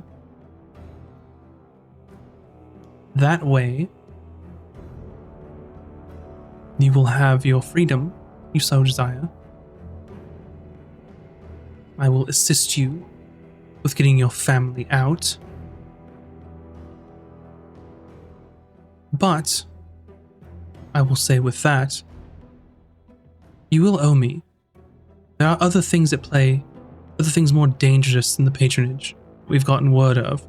I'm not going to have you hunt down your former compatriots. But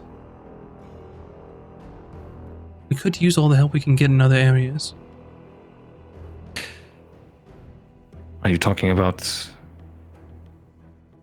the hole? Aiden, I can't talk about that here. Oh, what do you mean the hole? You The know, abyss? the abyss, the big fucking crater in the ocean. You can't go to that. No one's allowed. Yes, for good reason.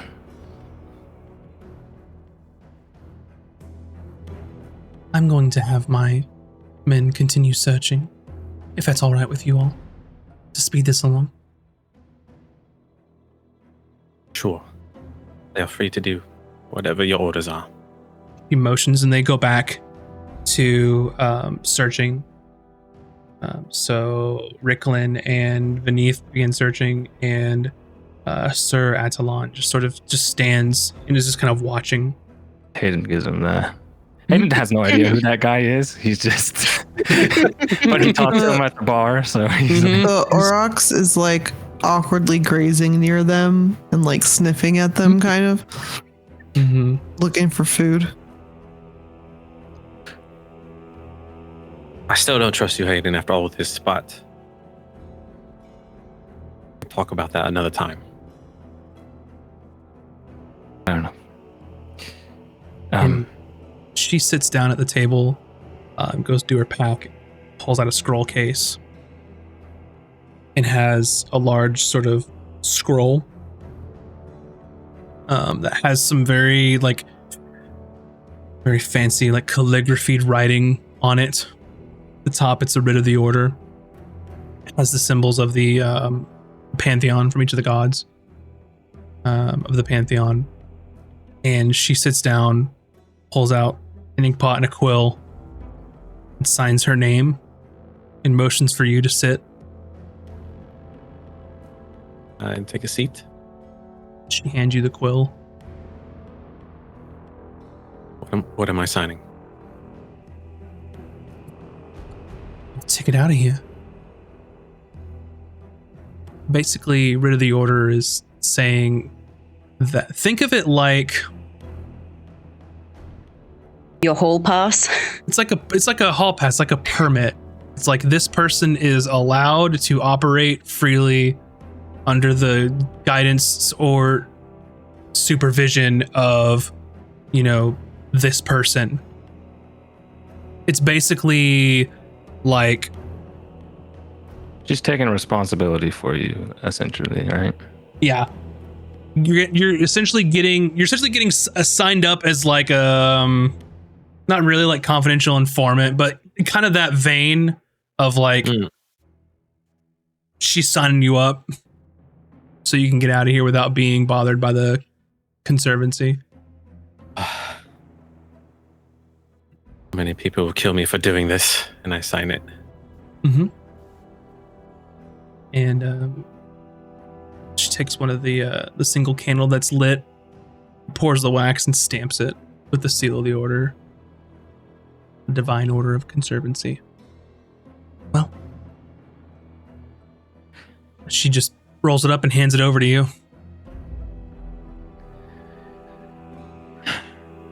I just look at it. All right. Now, You're welcome. put it in my pecs.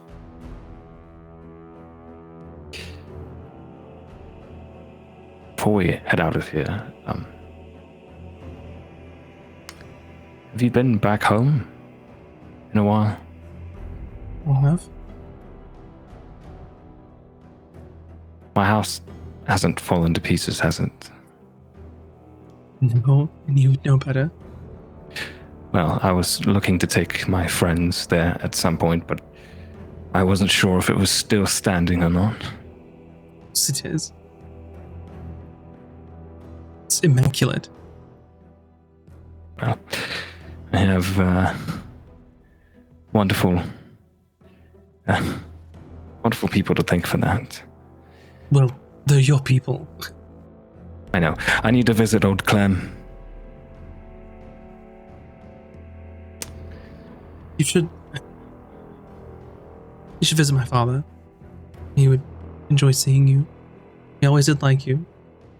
He's gotten much older.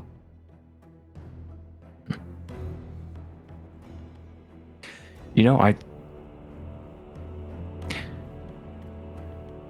I would like to believe my father is old somewhere, too.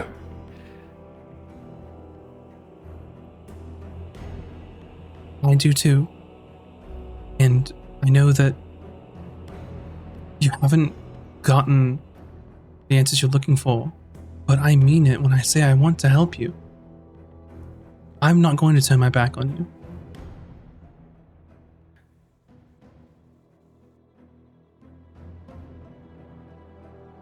I promise. He's not dead, you know. We'll see, isn't.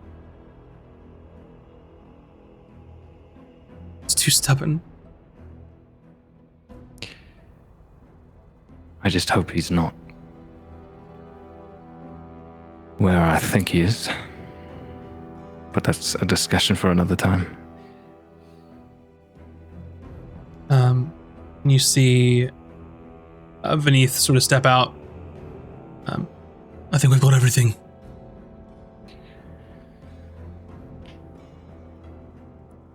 Well, she sort of looks across you all. Take care of yourselves. Good luck. We'll be in touch. I'm sure. And she just walks up and gives Hayden a quick hug if he lets her. Yeah, he'll let her.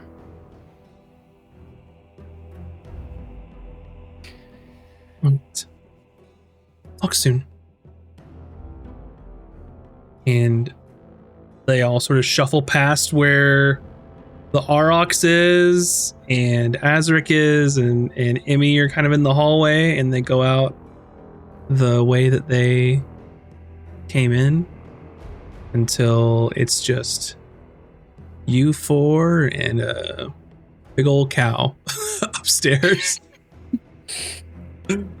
And that is where we'll end our episode this evening. Oh my god! Holy shit! Thank you all for watching and for hanging out with us this evening. If you will stick around in our Twitch chat, we're going to have a vote in the chat for the MVP of the episode. You can vote who was the MVP for the team. So the poll is starting right now, but thank you all for being here and for watching this evening. You all are the best. Thank you all so much for the raids, by the way. We were in super deep RP territory, but I apologize, but Solitude D&D and Folk and Myth earlier, thank you so much. It did not go unnoticed, and I tried to at least cover it in chat, but we were unraveling months of story here, so apologies. But yeah, thanks so much everyone for being here. But make sure you get your votes in if you haven't over in the Twitch chat. You can go check out our channel over on YouTube as well, youtube.com/casters and cantrips, to watch all of our VODs over there. And then we also have a Discord where you can come hang out. Tell us what you thought about the episode, what you think about the story, and all those sorts of things. Be interested to hear. Hayden, take your inspiration for the session, as you were the MVP of the session. Much deserved. Boy. Thank you all for watching and hanging out. Monday, VS and Moobs are going to be talking about the new Paladin in the 2024 D&D. Mm-hmm. So that's check the last that out. Class. That's all the classes then? Yeah, and they've got all the rest of the classes. Talked about all of them? Wow. Yeah. Yep. So you don't want to miss Ooh, that wee. answer. And I will say that our Tome of Knowledge is more interactive. So if you have questions, they're not wrapped up in RP, and they can for sure discuss your concerns about paladins. So with that, anybody else have anything they want to say before we wrap up? Oh boy. My boy, brain yeah. is still processing. I know. I'm still like, what the freak is happening? I I wish just- they made a series about our campaign. That's all I'd say. But yeah, seriously, thank you everyone for who's been listening, who's been lurking, watching, just hanging out with us. It's been awesome. Netflix, thank if you you're so much. watching, looking for work always. No, Netflix cancels too many shows. Let's go with Yeah, that's Yeah. true. Yeah, good point. Actually, I really don't know. Annapurna, Paramount, maybe. Oh man. Anyway, Oh. thanks everybody. Anyway, we're gonna say something. VS. Sorry. No. Okay. Thanks. Thanks Thanks, everybody. Everyone. Have a good night. Thanks, Bye. everyone. Bye.